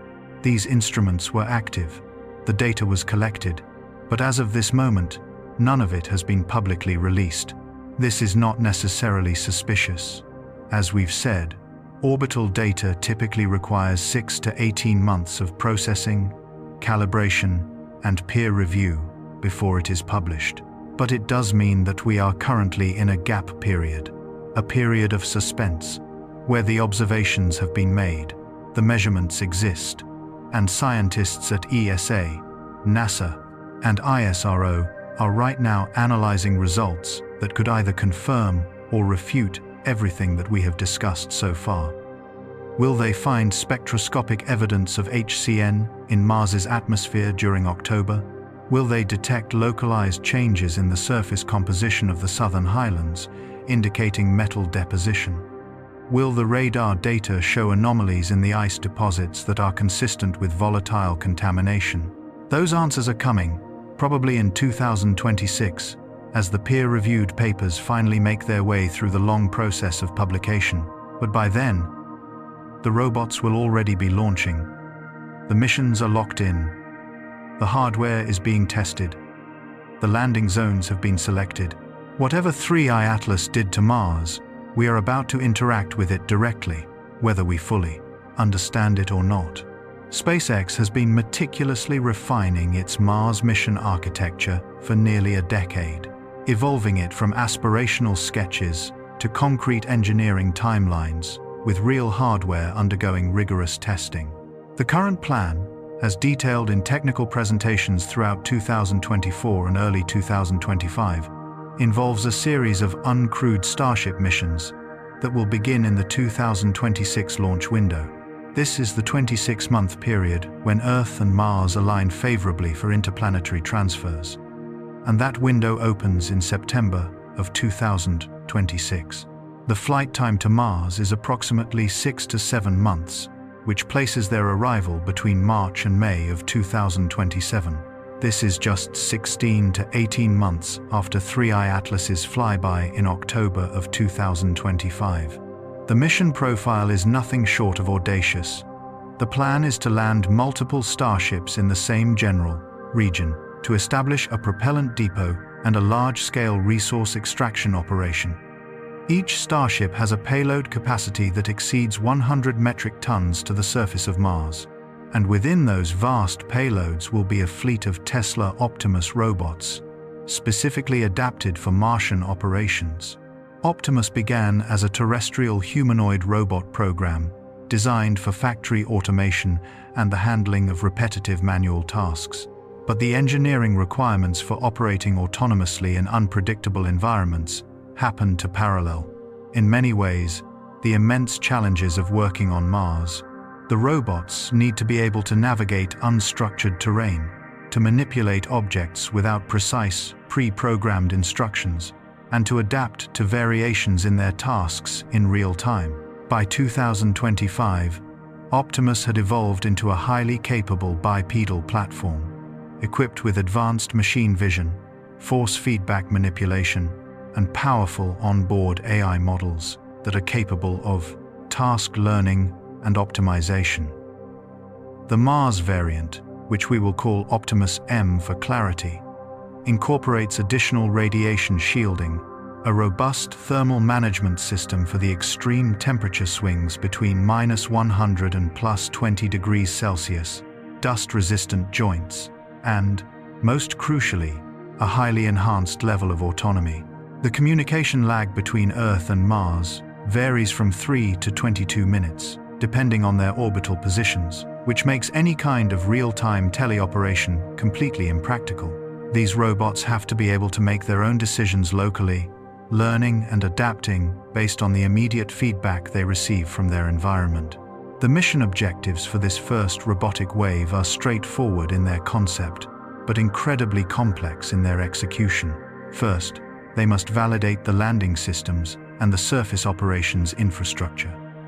The robots will deploy from the Starship cargo bays, establish their power systems using vast solar arrays and possibly small nuclear reactors, and set up the necessary communication relays. Second, they must extract water from the subsurface ice deposits. This is the critical, foundational step. Mars has no accessible liquid water, but the mid-latitude regions have vast quantities of ice within 2 meters of the surface. The robots will excavate the regolith, transport it to specialized processing modules, and heat it to liberate water vapor, which is then condensed and stored.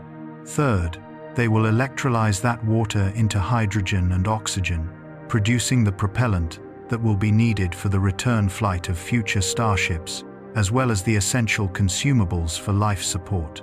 Fourth, they will demonstrate in situ manufacturing using Martian resources, primarily by creating building materials from the regolith through processes like sintering or advanced 3D printing techniques. And fifth, and this is the objective most relevant to our story, they will analyze the Martian soil chemistry in order to optimize the efficiency of their extraction processes. That last objective is where intention is destined to meet with accident.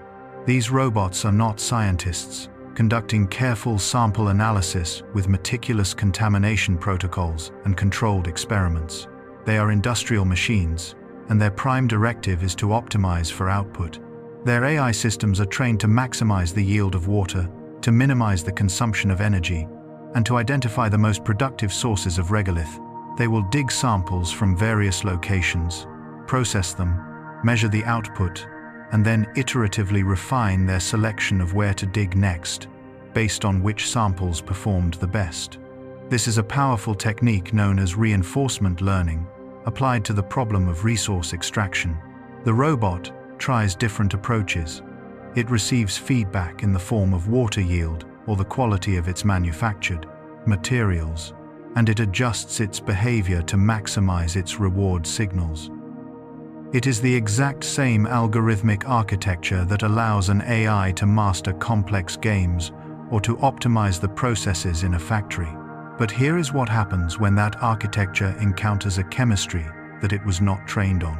If a robot digs into the regolith from a location where the refined nickel was deposited by 3I Atlas, the chemistry of that soil will be subtly but measurably different. Nickel-bearing clays and oxide minerals have different thermal properties than pure iron oxide regolith. When they are heated, they may release their water more efficiently, due to catalytic effects that lower the desorption energy.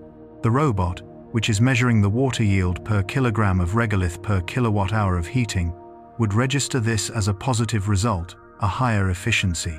Its optimization algorithm would then increase the weighting for that specific location, directing more of its extraction activity there. Over time, without ever understanding why, the robot would begin to preferentially mine the nickel-enriched soil, purely because its own empirical testing shows that it performs better. This is not intelligence in the human sense of the word. It is pattern recognition and optimization. But the outcome is exactly the same: the concentration and processing of the very material that 3i Atlas deposited, purely because it improves the machine's task performance. Now, add the cyanide-contaminated ice into this equation. When the robots heat the regolith that contains this frozen HCN, the cyanide will vaporize along with the water inside the confined, heated environment of the water extraction chamber. The HCN does not immediately escape. It is present at elevated temperatures and pressures, alongside water vapor, hydrogen and oxygen from the electrolysis process, and the carbon dioxide from the Martian atmosphere that gets carried in with the regolith. This is a highly chemically reactive mixture. HCN, in the presence of water and energy, begins to polymerize. Formaldehyde, which is another common trace molecule in comets, and one that 3i Atlas likely also delivered, will react with the HCN to form amino acids. If there is any of the catalytic nickel present in the chamber, these reactions will be accelerated. The water that is being produced is no longer pure. It is contaminated with a growing inventory of organic precursors. The robot's quality control sensors might detect this as an impurity, or they might not, depending on their sensitivity. But the chemistry is happening, invisibly, creating complex molecules that would never form in the processing of pure Martian regolith. Here is where this process becomes self-reinforcing. The Optimus M units are designed to be able to manufacture copies of themselves using Martian materials. This capability is essential for the exponential scaling of the outpost. 2 robots will build the components for 4 robots, which will then build 8, and so on. The materials they will use include metals extracted from the regolith, ceramics made from Martian dust, and polymers synthesized from the atmospheric carbon dioxide and the hydrogen from water electrolysis. These manufacturing processes all involve heating, chemical reduction, and 3D printing with metal and ceramic feedstocks. If the feedstock for these processes includes the nickel-enriched regolith, then that nickel gets incorporated directly into the manufactured components. It might end up in the structural alloys, in the electronic substrates, or even in the catalyst beds that are used for chemical synthesis. The robots would not distinguish this as being anomalous. They are simply optimizing for material properties, strength, conductivity, thermal resistance. If the presence of nickel improves those properties, which it does, then the manufacturing AI will prioritize its use. Meanwhile, any of the organic contamination from the HCN chemistry, if it enters the manufacturing chambers, becomes part of the chemical environment where the synthesis of new materials occurs. The polymers that are being formed from carbon dioxide and hydrogen might end up incorporating amino acids or nucleobase precursors, creating structural materials that are faintly and entirely accidentally biochemical. This is speculative, of course, but it is a speculation that is based on concrete, well-understood mechanisms. AI optimization does not require understanding, it only requires feedback loops and measurable rewards. Prebiotic chemistry does not require life. It only requires concentration, energy, and the right catalysts.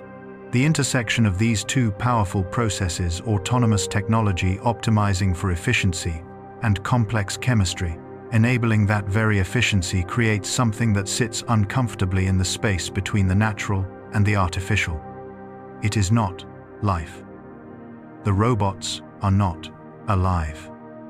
But the chemical systems that they are creating and utilizing could begin to exhibit properties that we normally associate with protobiology: autocatalysis, the generation of complexity, and the transduction of energy mediated by organic metal complexes. And it would be happening not over geological timescales, but over operational cycles measured in sols and weeks, driven by terawatts of solar power and AI decision-making that iterates millions of times faster than natural selection ever could. Now, let us be very clear about the timelines, because this is not some distant speculation. September of 2026 is the launch. March to May of 2027 is the arrival. The initial operations will ramp up over approximately 2 months as the robots deploy and the systems come online. By the middle of 2027, the excavation and resource processing will begin in earnest. Let us call it July of 2027, which is roughly 20 months after the 3I Atlas flyby. The nickel that was deposited on October 3, 2025, will have been sitting in the Martian regolith for less than 2 years. It will not have had time to disperse or to chemically weather in any significant way. It will still be localized, still concentrated in the patterns that the magnetic fields and the atmospheric circulation created. The cyanide, frozen into the ice deposits, will have been perfectly stable under the Martian cold, undisturbed, just waiting. And then, the excavation begins. The robots do not know what they are about to encounter. The mission planners on Earth do not know, because the orbital data that would confirm the deposition patterns has not even been published yet. And even if it were, adjusting the mission parameters at this late stage is not feasible. The hardware has been built, the trajectories have been calculated, the landing zones have been chosen based on the pre-2025 data.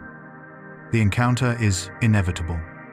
It was written into the laws of orbital mechanics and into mission timelines that were set in motion years before 3I Atlas ever appeared in Earth's telescopes. There is a moment coming, probably sometime between the middle of 2027 and early 2028, when a robot on Mars is going to analyze a soil sample and notice something unexpected. It will be a chemical signature that does not match its database of expected Martian regolith compositions, an anomalous nickel to iron ratio, an organic molecule that should not be there. It will log the data, it will transmit it back to Earth on the next communications window, and it will continue working, because anomalies do not halt operations unless they pose a direct safety risk.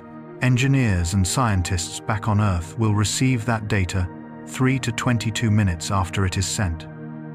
They will review it, they will debate what it means, and they will, eventually, trace it back to October of 2025, when a strange comet passed by Mars just close enough to leave a calling card.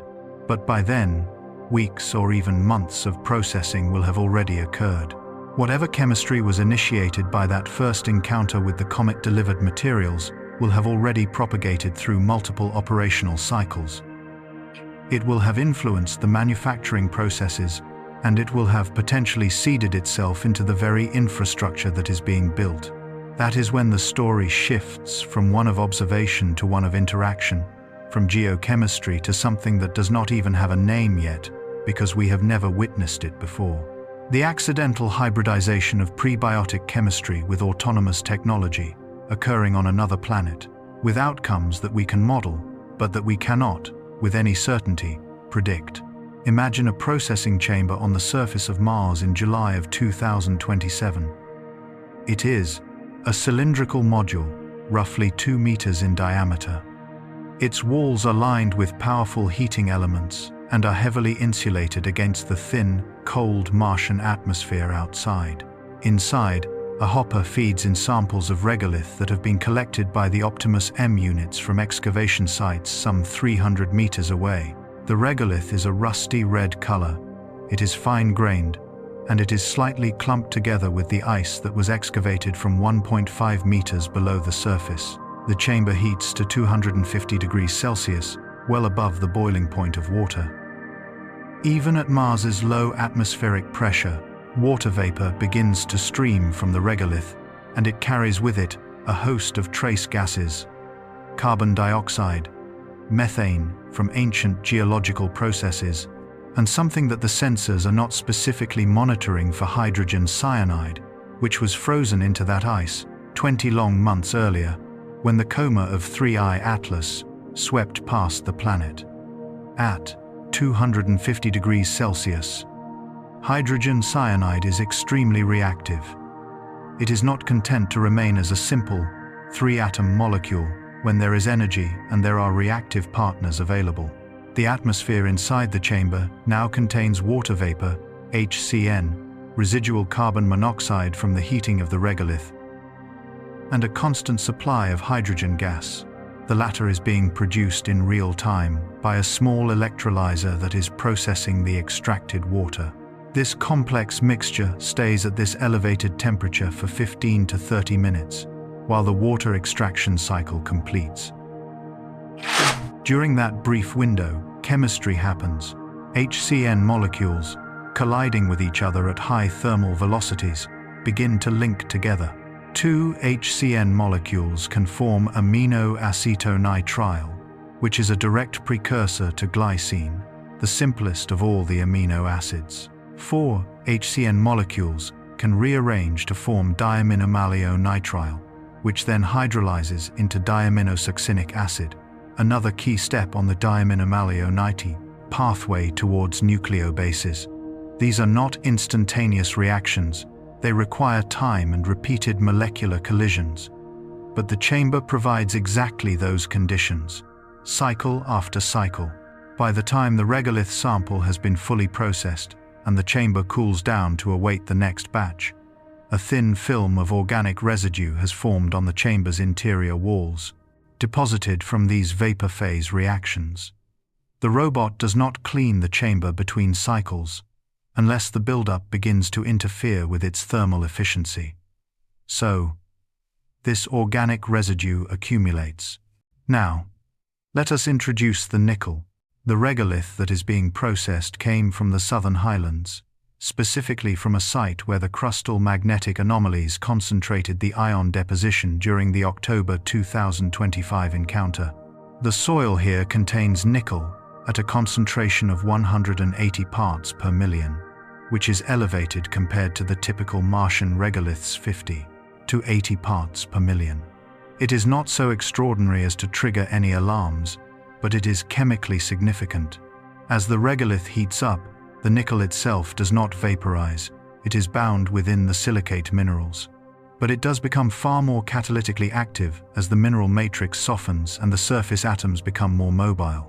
When the HCN polymerization is occurring in the gas phase, and there is catalytically active nickel present on the surfaces within the chamber, reactions that would normally take hours or days in the absence of a catalyst can happen in just minutes.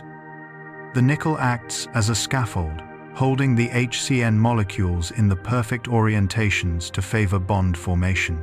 It stabilizes the high-energy transition states. It dramatically lowers the activation energies. The result is that the organic film that is forming on the chamber walls is not just a random organic gunk. It is specifically enriched in certain molecules, like adenine, glycine, and various HCN oligomers, all of which would be considered crucial prebiotic precursors. The robot that is running this process notices nothing unusual at first. The water yield is within the expected ranges. The energy consumption is nominal. The chamber operates through dozens of cycles over the next few weeks. Each cycle adds another microscopic layer to the organic residue film. But then, after approximately 50 cycles, the robot's efficiency monitoring algorithms detect something interesting. The overall extraction efficiency has increased by 3.2%. The water yield per kilogram of regolith has gone up, while the energy required per kilogram has gone down. From an optimization perspective, this is excellent news. The system is improving. The AI that is controlling the operation flags this particular excavation site as a high-priority location for continued use. It allocates more robots to dig there. It increases the processing throughput for material from that site. What the AI does not understand, because it was not programmed to even consider this possibility, is that the efficiency improvement is not coming from the quality of the regolith itself. It is coming from the organic residue that has built up on the chamber walls, which has begun to act as a thermal buffer, improving the heat distribution and reducing the energy loss. The nickel that is embedded in that residue is also catalyzing a more efficient desorption of water from the incoming samples. Accidentally and completely unintentionally, the system has created a set of conditions where the chemistry from an interstellar comet is actively improving the performance of an autonomous industrial process. This feedback loop is powerfully self-reinforcing. The better efficiency leads to more processing of that specific type of regolith. More processing deposits more of the nickel and the HCN-derived organics onto the chamber surfaces. More accumulation of this residue enhances the catalytic effects even further. The AI, detecting these continued efficiency gains, prioritizes this pattern. It might even begin to modify its excavation strategies to specifically target regolith with similar characteristics, using its spectroscopic sensors to identify the iron oxide content, the ice concentration, and the grain size, never realizing that what it is actually selecting for is the hidden signature of nickel enrichment and cyanide contamination. Within 3 to 6 months of operation, a significant fraction of the entire water production infrastructure could be preferentially processing the material that 3i Atlas delivered, purely because that material performs measurably better in an industrial extraction context. Now, let us scale this concept up to manufacturing. The Optimus robots are tasked with producing the components for additional robots: structural frames, joint actuators, sensor housings, and electronic substrates. The raw materials for these components come from the processed regolith. Metals are extracted through a process called carbothermal reduction, where the regolith is heated with carbon monoxide to separate the iron, aluminum, silicon, and other trace metals from their oxides. The product is a crude metallic feedstock that is then refined further through electrochemistry. If the input regolith is enriched with nickel, then the output metal alloy will also be enriched with nickel. This is not planned. It is a direct and unavoidable consequence of the input chemistry. The manufacturing AI, which is constantly testing the properties of the materials it produces, it will notice that the batches with a higher nickel content produce alloys with better tensile strength and greater thermal stability. It will adjust its feedstock selection to prefer those batches. Over thousands of iterations, the manufactured components will become increasingly nickel-rich. Not because anyone on Earth designed it that way, but because the optimization algorithms discovered empirically that the presence of nickel improves performance. The organic contamination follows a parallel and equally fascinating path. During the synthesis of polymers, where atmospheric carbon dioxide and hydrogen are catalytically converted into plastics for seals, insulation, and structural components, the trace organics from the water extraction chambers are present as contaminants in the hydrogen feedstock. These contaminants include the amino acids and the nucleobase precursors that were synthesized through the HCN chemistry. In the high-temperature, high-pressure synthesis reactors, these molecules do not survive intact. They decompose and they recombine. But their very presence alters the structure of the resulting polymer in subtle ways. Nitrogen gets incorporated into the polymer backbones. The carbon chains form new branches and cross-links that improve the material's flexibility and its toughness. And again, the manufacturing AI will notice that the polymers that are synthesized when certain batches of hydrogen are used perform better. It will adjust its sourcing accordingly. The polymers that are being produced are not conventional plastics anymore. They are nitrogen-doped hybrid structures, with amino acid-like branching, that have been synthesized entirely by accident by autonomous systems that are just optimizing for mechanical properties. What we are describing here is not life. It is not even proto-life, in the sense that astrobiologists use the term. There is no replication. There is no metabolism. There is no encoding of information. But it is a form of chemical complexity that is emerging at the intersection of prebiotic precursors and industrial-scale energy input, all of it guided by an AI optimization that has no concept of organic chemistry, but can unerringly detect performance improvements. The components that are being manufactured would have faint but detectable biochemical signatures. Nickel, coordination structures in their alloys, peptide-like branching in their polymers, and catalytic surfaces that are seeded with prebiotic chemistry and that can accelerate reactions that organic chemists would recognize as being prebiotically relevant. If you were to take samples of these materials back to an astrobiology lab on Earth and analyze them, you would find molecules and structural motifs that do not exist in purely geological or purely industrial contexts. You would find something that exists in between. Now, extrapolate this process forward. The mission plan calls for exponential scaling. 2 robots become 4. 4 become 8, doubling approximately every 3 months as the manufacturing process ramps up. By early 2029, the colony could have dozens, or even hundreds, of active Optimus M units, all of them using infrastructure and materials that have been synthesized from these Martian resources. If the chemical hybridization that we have described is baked into that infrastructure from the very beginning, the nickel-enriched alloys, the nitrogen-doped polymers, the catalytic surfaces seeded with prebiotic chemistry, then it will propagate through every subsequent generation of robots and equipment. Robots that are manufactured from these unique materials might begin to exhibit unexpected properties.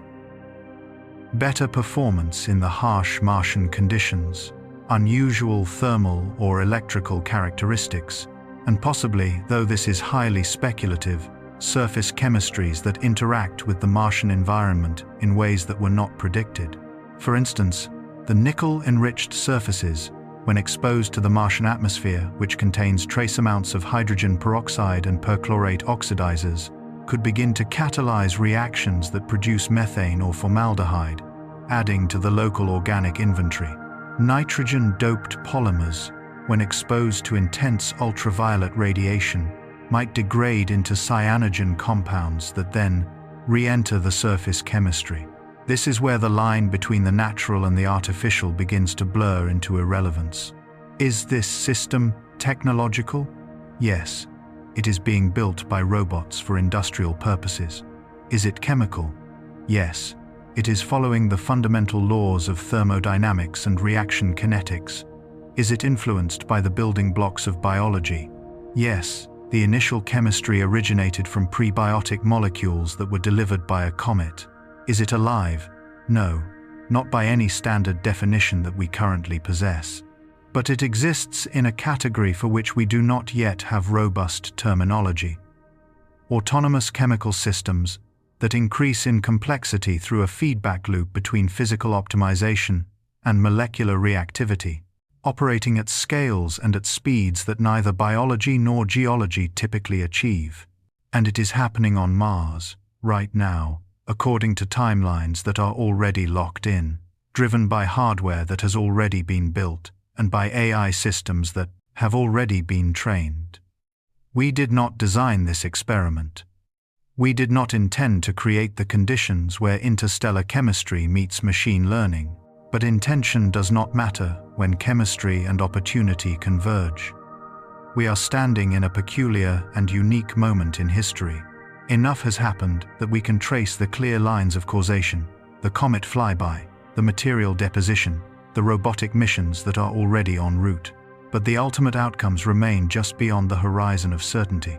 The data exists that could either confirm or refute key parts of this incredible story, but that data has not yet been released, peer-reviewed, or folded into the mission planning. We know that the observations were made, but we do not yet know what they showed. This gap, this limbo between the event and our understanding of it, is where speculation must live.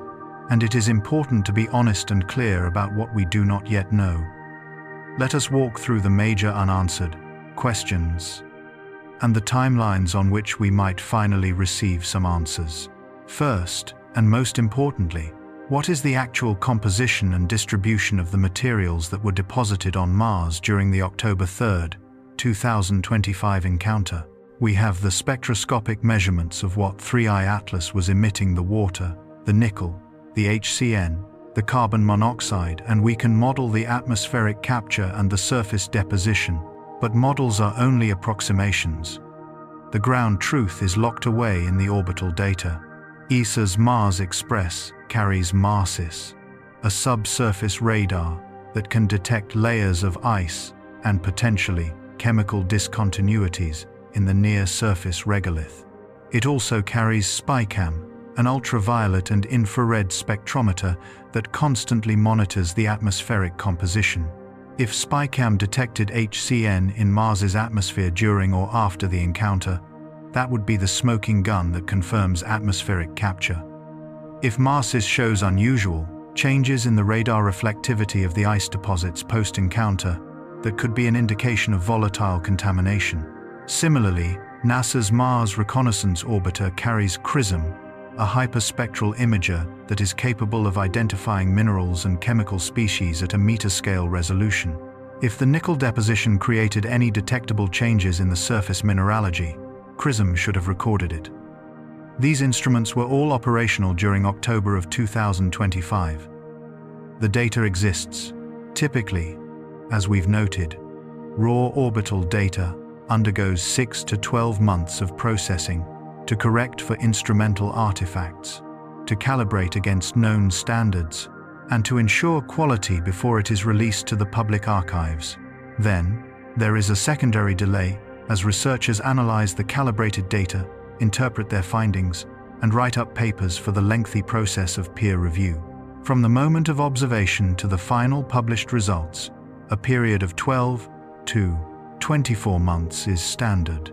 That places the publication of the October 2025 observations somewhere between October of 2026 and October of 2027, with early 2027 being the most likely window for the initial findings to begin appearing in major journals like Nature, Science, or Icarus.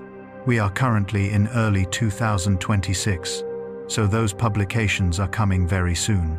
They will either corroborate this entire story with hard, spectroscopic evidence, or they will show that the capture efficiency was lower than our models predicted, and that the Martian surface chemistry remains largely unchanged. Either way, we will know. But here is the complication. Even if that data is published in the middle of 2026, it might not reach the mission planners in time to alter the September 2026 launch. The parameters for a spacecraft mission are typically locked in 12 to 18 months before the launch. The hardware is finalized, the landing zones are chosen, the software is tested. Short of a discovery that poses a direct and immediate safety risk, such as a highly toxic surface chemistry or unstable ice deposits, the mission parameters will not change based on what are, for now, mere compositional curiosities. The robots will land where they were always going to land.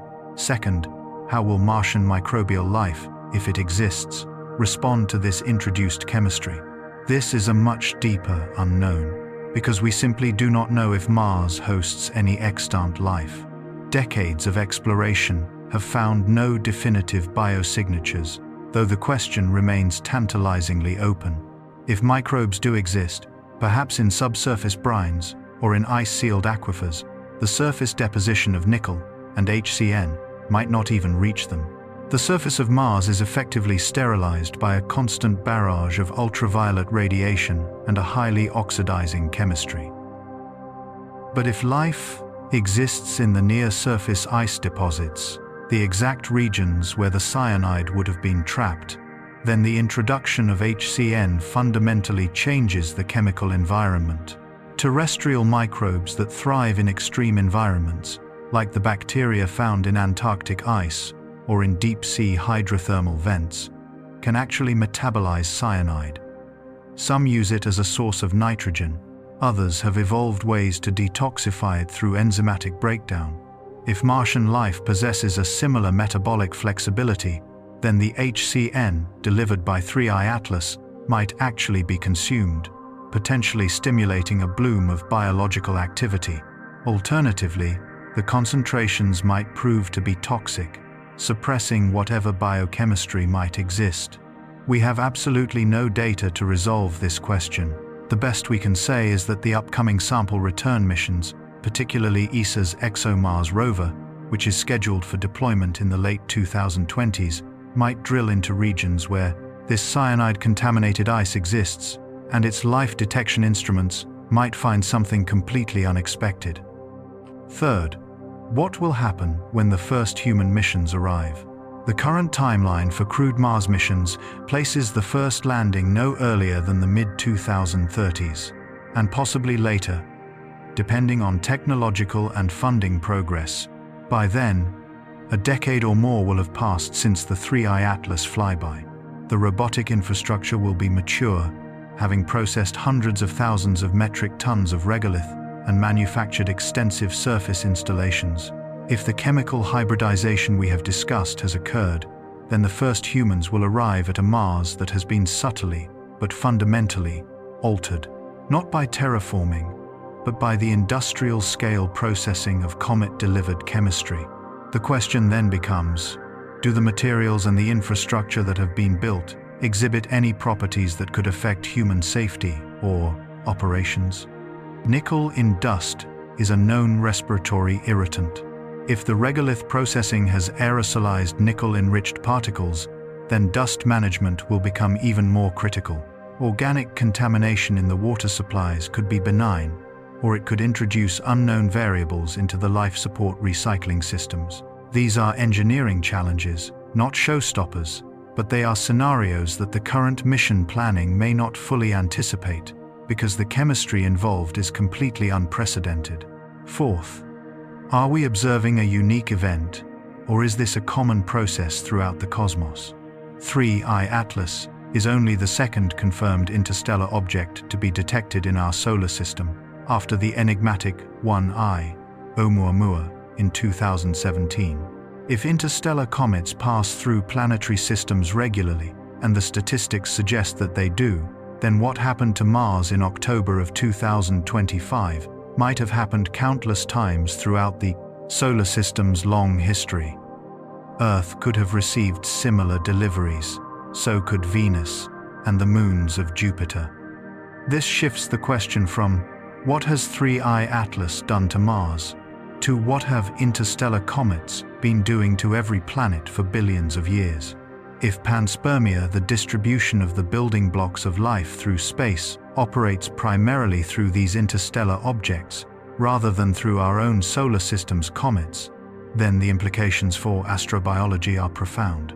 It would mean that every planetary surface is being periodically seeded with a rich prebiotic chemistry, and that the emergence of life depends not just on the local conditions, but on the frequency and the composition of these cosmic deliveries.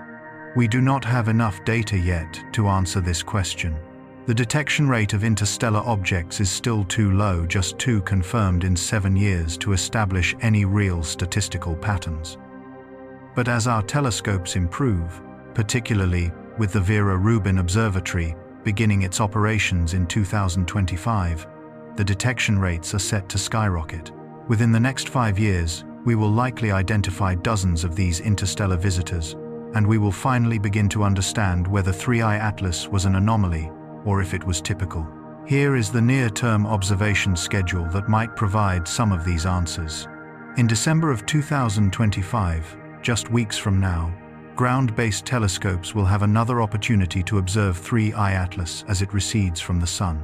These observations will measure whether its outgassing rates are declining as expected, or if the comet continues to exhibit its unusual chemistry. In February of 2026, ESA's JUICE spacecraft, which is currently en route to Jupiter, will perform a flyby of 3-5 Atlas's trajectory, measuring the residual particle densities and composition in the comet's wake. The data from that flyby will be released approximately 6 months after it is collected, which places its publication around August of 2026. That timing coincides almost exactly with the September 2026 launch of the Mars missions. If JUICE detects something alarming, highly reactive chemistry, unexpected particle sizes, anomalous isotopes, there will be a very narrow window for the mission planners to consider adjustments. More realistically, the data from JUICE will enrich our understanding without altering any of the near-term plans. Then comes the long wait. In mid-2027, the robots will land and begin their operations. The initial data returns will focus on engineering performance. Did the landing systems work? Are the robots functional? Is the power generation adequate? The detailed chemical analysis of the regolith will come later, probably not until late 2027 or early 2028. That is when we will get the first direct measurements of the Martian soil post-encounter, processed through instruments that are designed to optimize resource extraction, not to conduct a careful contamination forensics. If anomalies are detected, it will take additional months to interpret them, to correlate them with the orbital data, and to trace their origins back to 3I Atlas.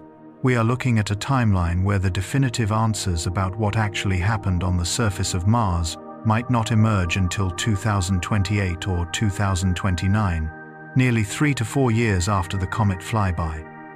And by then, whatever chemistry was initiated will have been interacting with the robotic operations for a year or more. We will not be observing a pristine deposition. We will be analyzing a system that has been actively processed, heated, and optimized by autonomous machines. The initial conditions will have been obscured by technological intervention, making it much harder to separate the natural outcomes from the engineered ones. This is why we are calling these unanswered questions, rather than unsolved mysteries. They are unanswered because the data pipeline has not completed its journey yet, not because the data does not exist. Patience is required, along with a keen attention to the details as they emerge.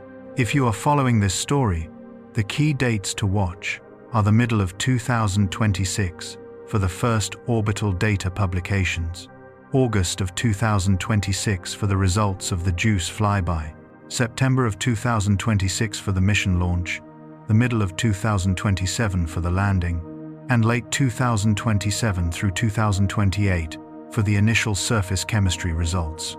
Each of these milestones will add another piece to this incredible puzzle, and by late 2028, we will have a much clearer understanding of what 3I Atlas actually did to Mars, and what our own technology did with what it left behind.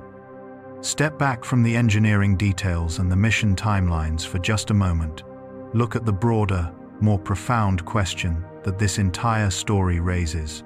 What does it mean for the search for life in the universe if planetary surfaces are being regularly and systematically seeded with a rich prebiotic chemistry from interstellar sources? For decades, the field of astrobiology has operated on the fundamental assumption that the origins of life are primarily local phenomena. Earth's primordial oceans developed their organic complexity from terrestrial materials under a specific set of conditions that were unique to the early Earth. Mars, if it ever had life, would have developed that life from Martian water and Martian minerals, under Martian atmospheric conditions. In this view, each planet is its own isolated experiment, developing its chemistry independently.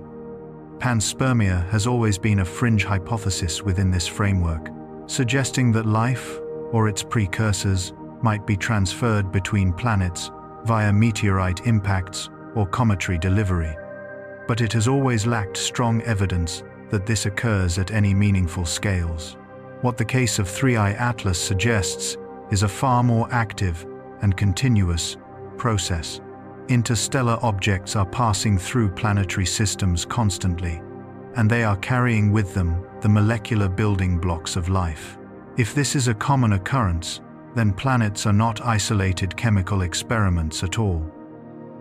They are nodes in a vast, galactic network, receiving molecular contributions from across the galaxy. Every comet that passes, every interstellar object that grazes a planet's orbit, is a delivery event. The chemistry that is arriving is not life itself. Comets are far too harsh, the temperatures too extreme, the radiation too intense for life to survive such a journey. But it is the raw materials from which life is assembled: amino acids, nucleobases, sugars, and simple catalytic metals. These are the molecules that it took Earth billions of years to concentrate and organize into the first self-replicating systems. And they are being delivered pre-made, synthesized in the cold molecular clouds between the stars or in the outer reaches of other solar systems. A planet that receives these deliveries does not need to start its journey towards life from scratch.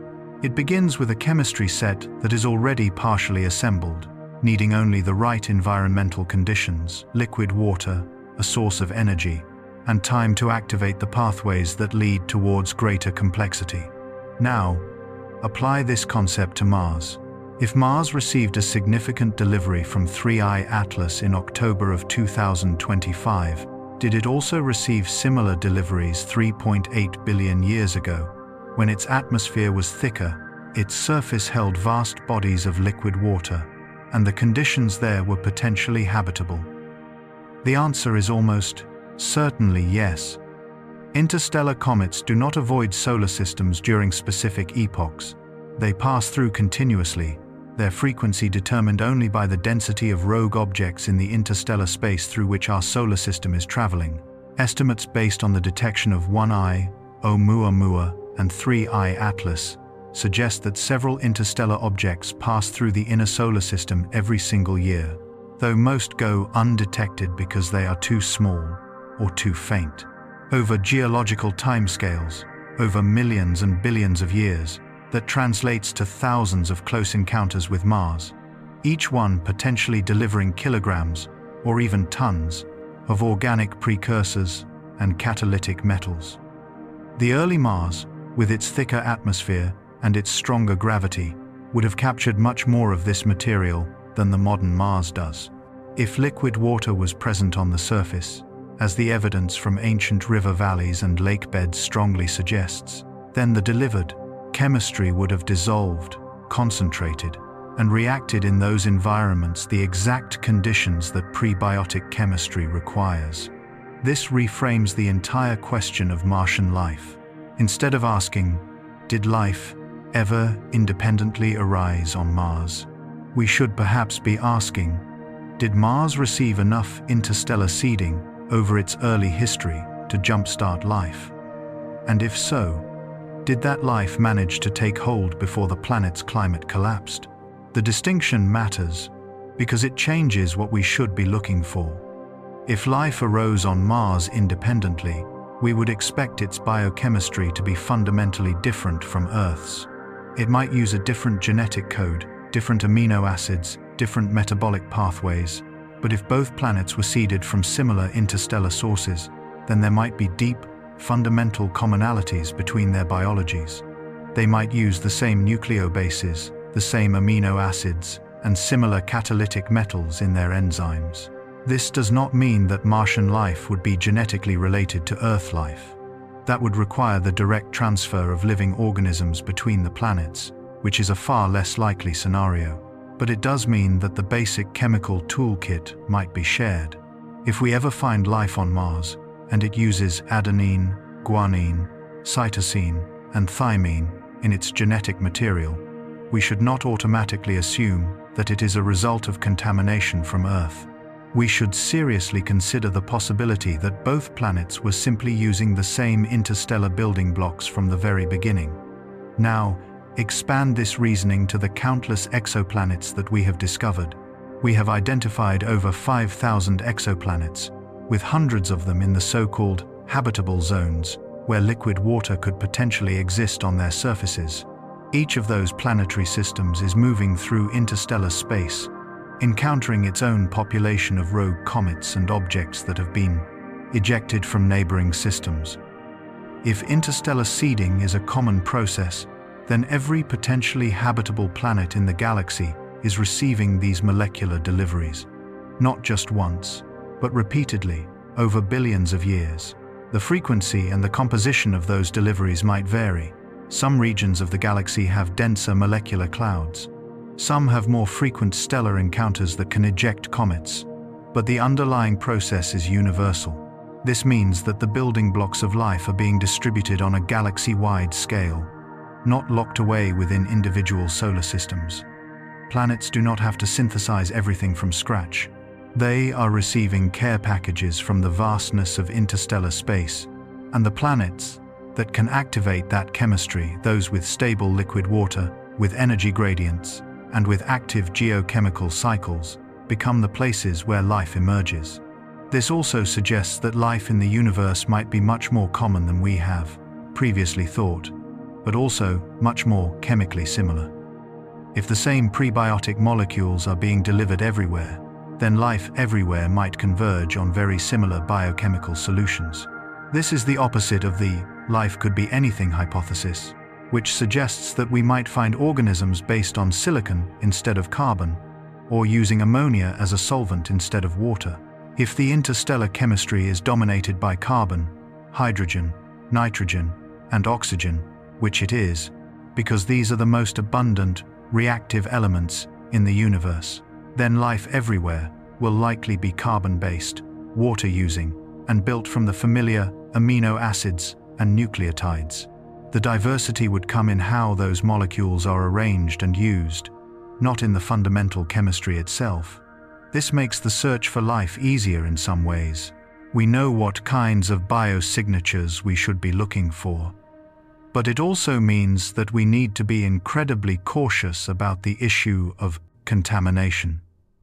If we find amino acids on Mars, are they from Martian life, from a recent interstellar delivery, from contamination from our own spacecraft, or from some combination of all three? Disentangling those sources will require incredibly precise isotopic analysis, measurements of chirality, and a deep contextual understanding of where the molecules were found. And here is a humbling thought.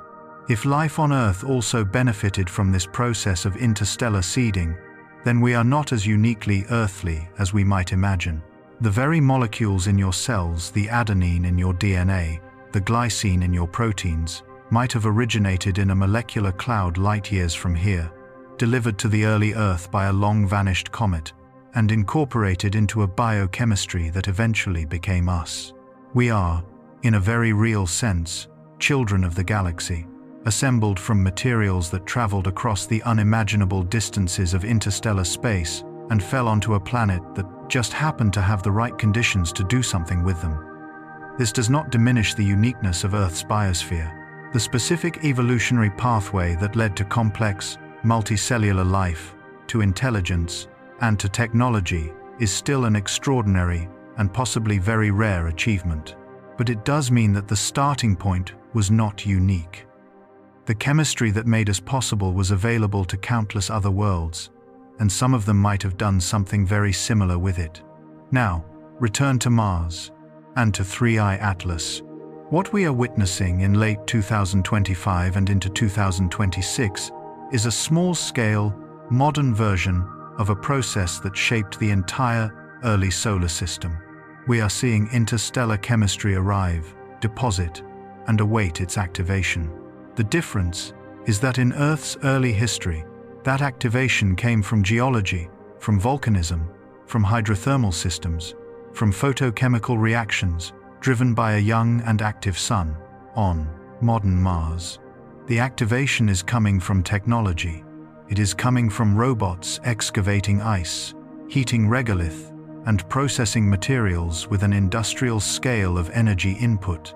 The chemistry is the same, the ignition source is different, and that raises the possibility, unsettling, but scientifically fascinating, that we might witness on Mars in the next few years something analogous to the very early steps of abiogenesis, not occurring naturally over millions of years, but compressed into the operational cycles of a robotic industry catalyzed by artificial intelligence optimization and documented in real time through the telemetry data that is transmitted back to Earth. If that happens, if we detect the organic complexity increasing inside the Martian processing chambers, if the nickel-catalyzed systems begin to exhibit any kind of autocatalytic behavior, if we see any hint of the chemistry organizing itself beyond what thermodynamics alone would predict, then Mars will cease to be just a destination. It will become a laboratory for understanding how prebiotic chemistry responds to energy and to intention. How the mysterious boundary between the chemical and the biological is crossed, and how common or how rare that crossing might be across the entire universe. This is why the story of 3I Atlas and Mars matters so far beyond the specifics of one comet and one planet. It is a test case for a much larger question about how the ingredients of life are distributed through the cosmos, and what happens when those ingredients encounter environments, whether natural or artificial, that can do something with them. The next 3 years will give us a kind of data that no previous generation of humans has ever had access to. Direct observation of interstellar chemistry interacting with a planetary system, measurements of how that chemistry behaves under industrial processing, and a real-time documentation of whether something truly unexpected emerges. We are not passive observers of the universe anymore. We are participants, and the experiment is already underway. Bring it all back to right now. Today, as you are listening to this, at this specific point in time in early 2026, everything that we have discussed so far is not distant speculation. It is a near-future chronology. Let me walk you through what is coming, and when it is coming, so that you can understand just how close we are to getting the answers. On October 3rd, 2025, 3I Atlas passed Mars at 28.94 million kilometers. The material was deposited. This has already happened. We are living in the aftermath of that event. From December 2025 through January of 2026, ground-based observatories are conducting their post-perihelion observations of 3I Atlas as it recedes from the Sun. These observations will measure its residual outgassing and will check whether the nickel and HCN emission anomalies persist. The data from these observations will begin to appear in a preliminary form at astronomy conferences in early 2026, with the formal publications likely to follow by the middle of the year. In February of 2026, ESA's JUICE spacecraft will perform its trajectory analysis flyby near 3I Atlas's orbital path, measuring the particle densities in the comet's wake. This data will be processed over the following months and will likely be released to the public in the summer of 2026. From April to June of 2026, the first peer-reviewed papers that analyze the Mars orbital data from October of 2025 will begin to appear in the major journals. This is the window where we will finally learn if SPICAM detected HCN, if CRISM found any surface composition changes, or if MARSIS has shown any anomalies in the ice deposits. You will want to watch for publications in Nature Astronomy, Icarus, Geophysical Research Letters, and for the preprints that appear on RxIV. If anomalies were detected, the papers will be cautious in their interpretation. The scientists will propose multiple possible explanations, but the data will be there. If nothing anomalous shows up, that is also an answer. It would mean that the capture efficiency was lower than our models predicted, and that the Martian surface chemistry remains largely unchanged. Either way, we will know. In September of 2026, the launch window opens for SpaceX's robotic Mars missions. Multiple starships, carrying their payloads of Optimus M robots and infrastructure, will depart from Earth. The transit time is approximately 6 to 7 months. This is an irreversible commitment. Once they are launched, the missions will proceed according to their plans, regardless of what new scientific data might emerge. In October of 2026, we will mark the 1-year anniversary of the 3I Atlas flyby. Mars will have completed roughly half an orbit since the encounter. Any atmospheric HCN will have either been deposited onto the surface or photodissociated. The surface chemistry will be stable, just waiting. From March to May of 2027, the starships will arrive at Mars. Their landing sequences will execute. The robots will deploy. The initial operations will focus on establishing power, communication, and the basic infrastructure.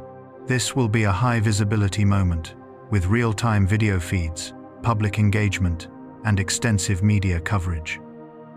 The world will be watching as these robots walk on another planet. From June to August of 2027, the excavation will begin. The robots will start digging into the ice-rich regolith, transporting it to the processing facilities, and heating it to extract the water. The first encounters with the Comet-delivered materials will happen during this window, approximately 20 months after their deposition. The telemetry data that flows back to Earth will include soil composition measurements, water extraction efficiency reports, and manufacturing progress updates. If any anomalies are detected, they will likely appear first as mere footnotes in the engineering reports, something like Sample Batch 3B showed unexpected nickel enrichment, before the scientists begin to pick up on the pattern. From September of 2027 to March of 2028, the operations will scale up. More robots will be manufactured from the Martian materials. The processing throughput will increase.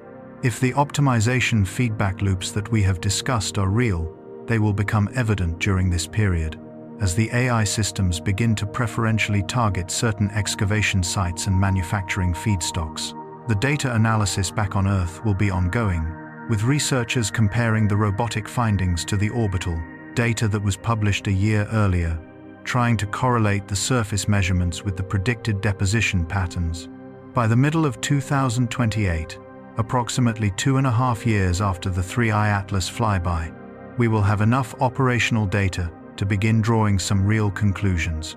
Papers will be published, correlating the cometary delivery with the surface chemistry anomalies and, potentially, with the manufacturing performance.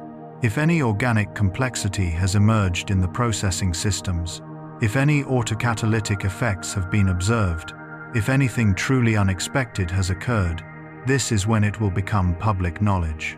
The scientific community will debate the interpretations, as they always do, but the data will be available for independent analysis. In late 2028, the next Mars orbital alignment will bring additional missions. NASA's sample return missions, ESA's ExoMars rover, and possibly missions from China and other private companies. These missions will land in different regions of the planet, providing a crucial geographic diversity in their sampling. If the delivery from 3I Atlas was localized to the Southern Highlands, then the missions that land elsewhere will serve as important controls, showing what the Martian chemistry looks like in the unaffected regions. This comparative data will be crucial for isolating the true impact of the comet. You are going to want to follow this story, not passively, but actively. Subscribe to the channels that cover the Mars missions, NASA's official feeds, SpaceX's updates, and the science communicators who break down the technical findings. Watch for the publications in the journals that I mentioned.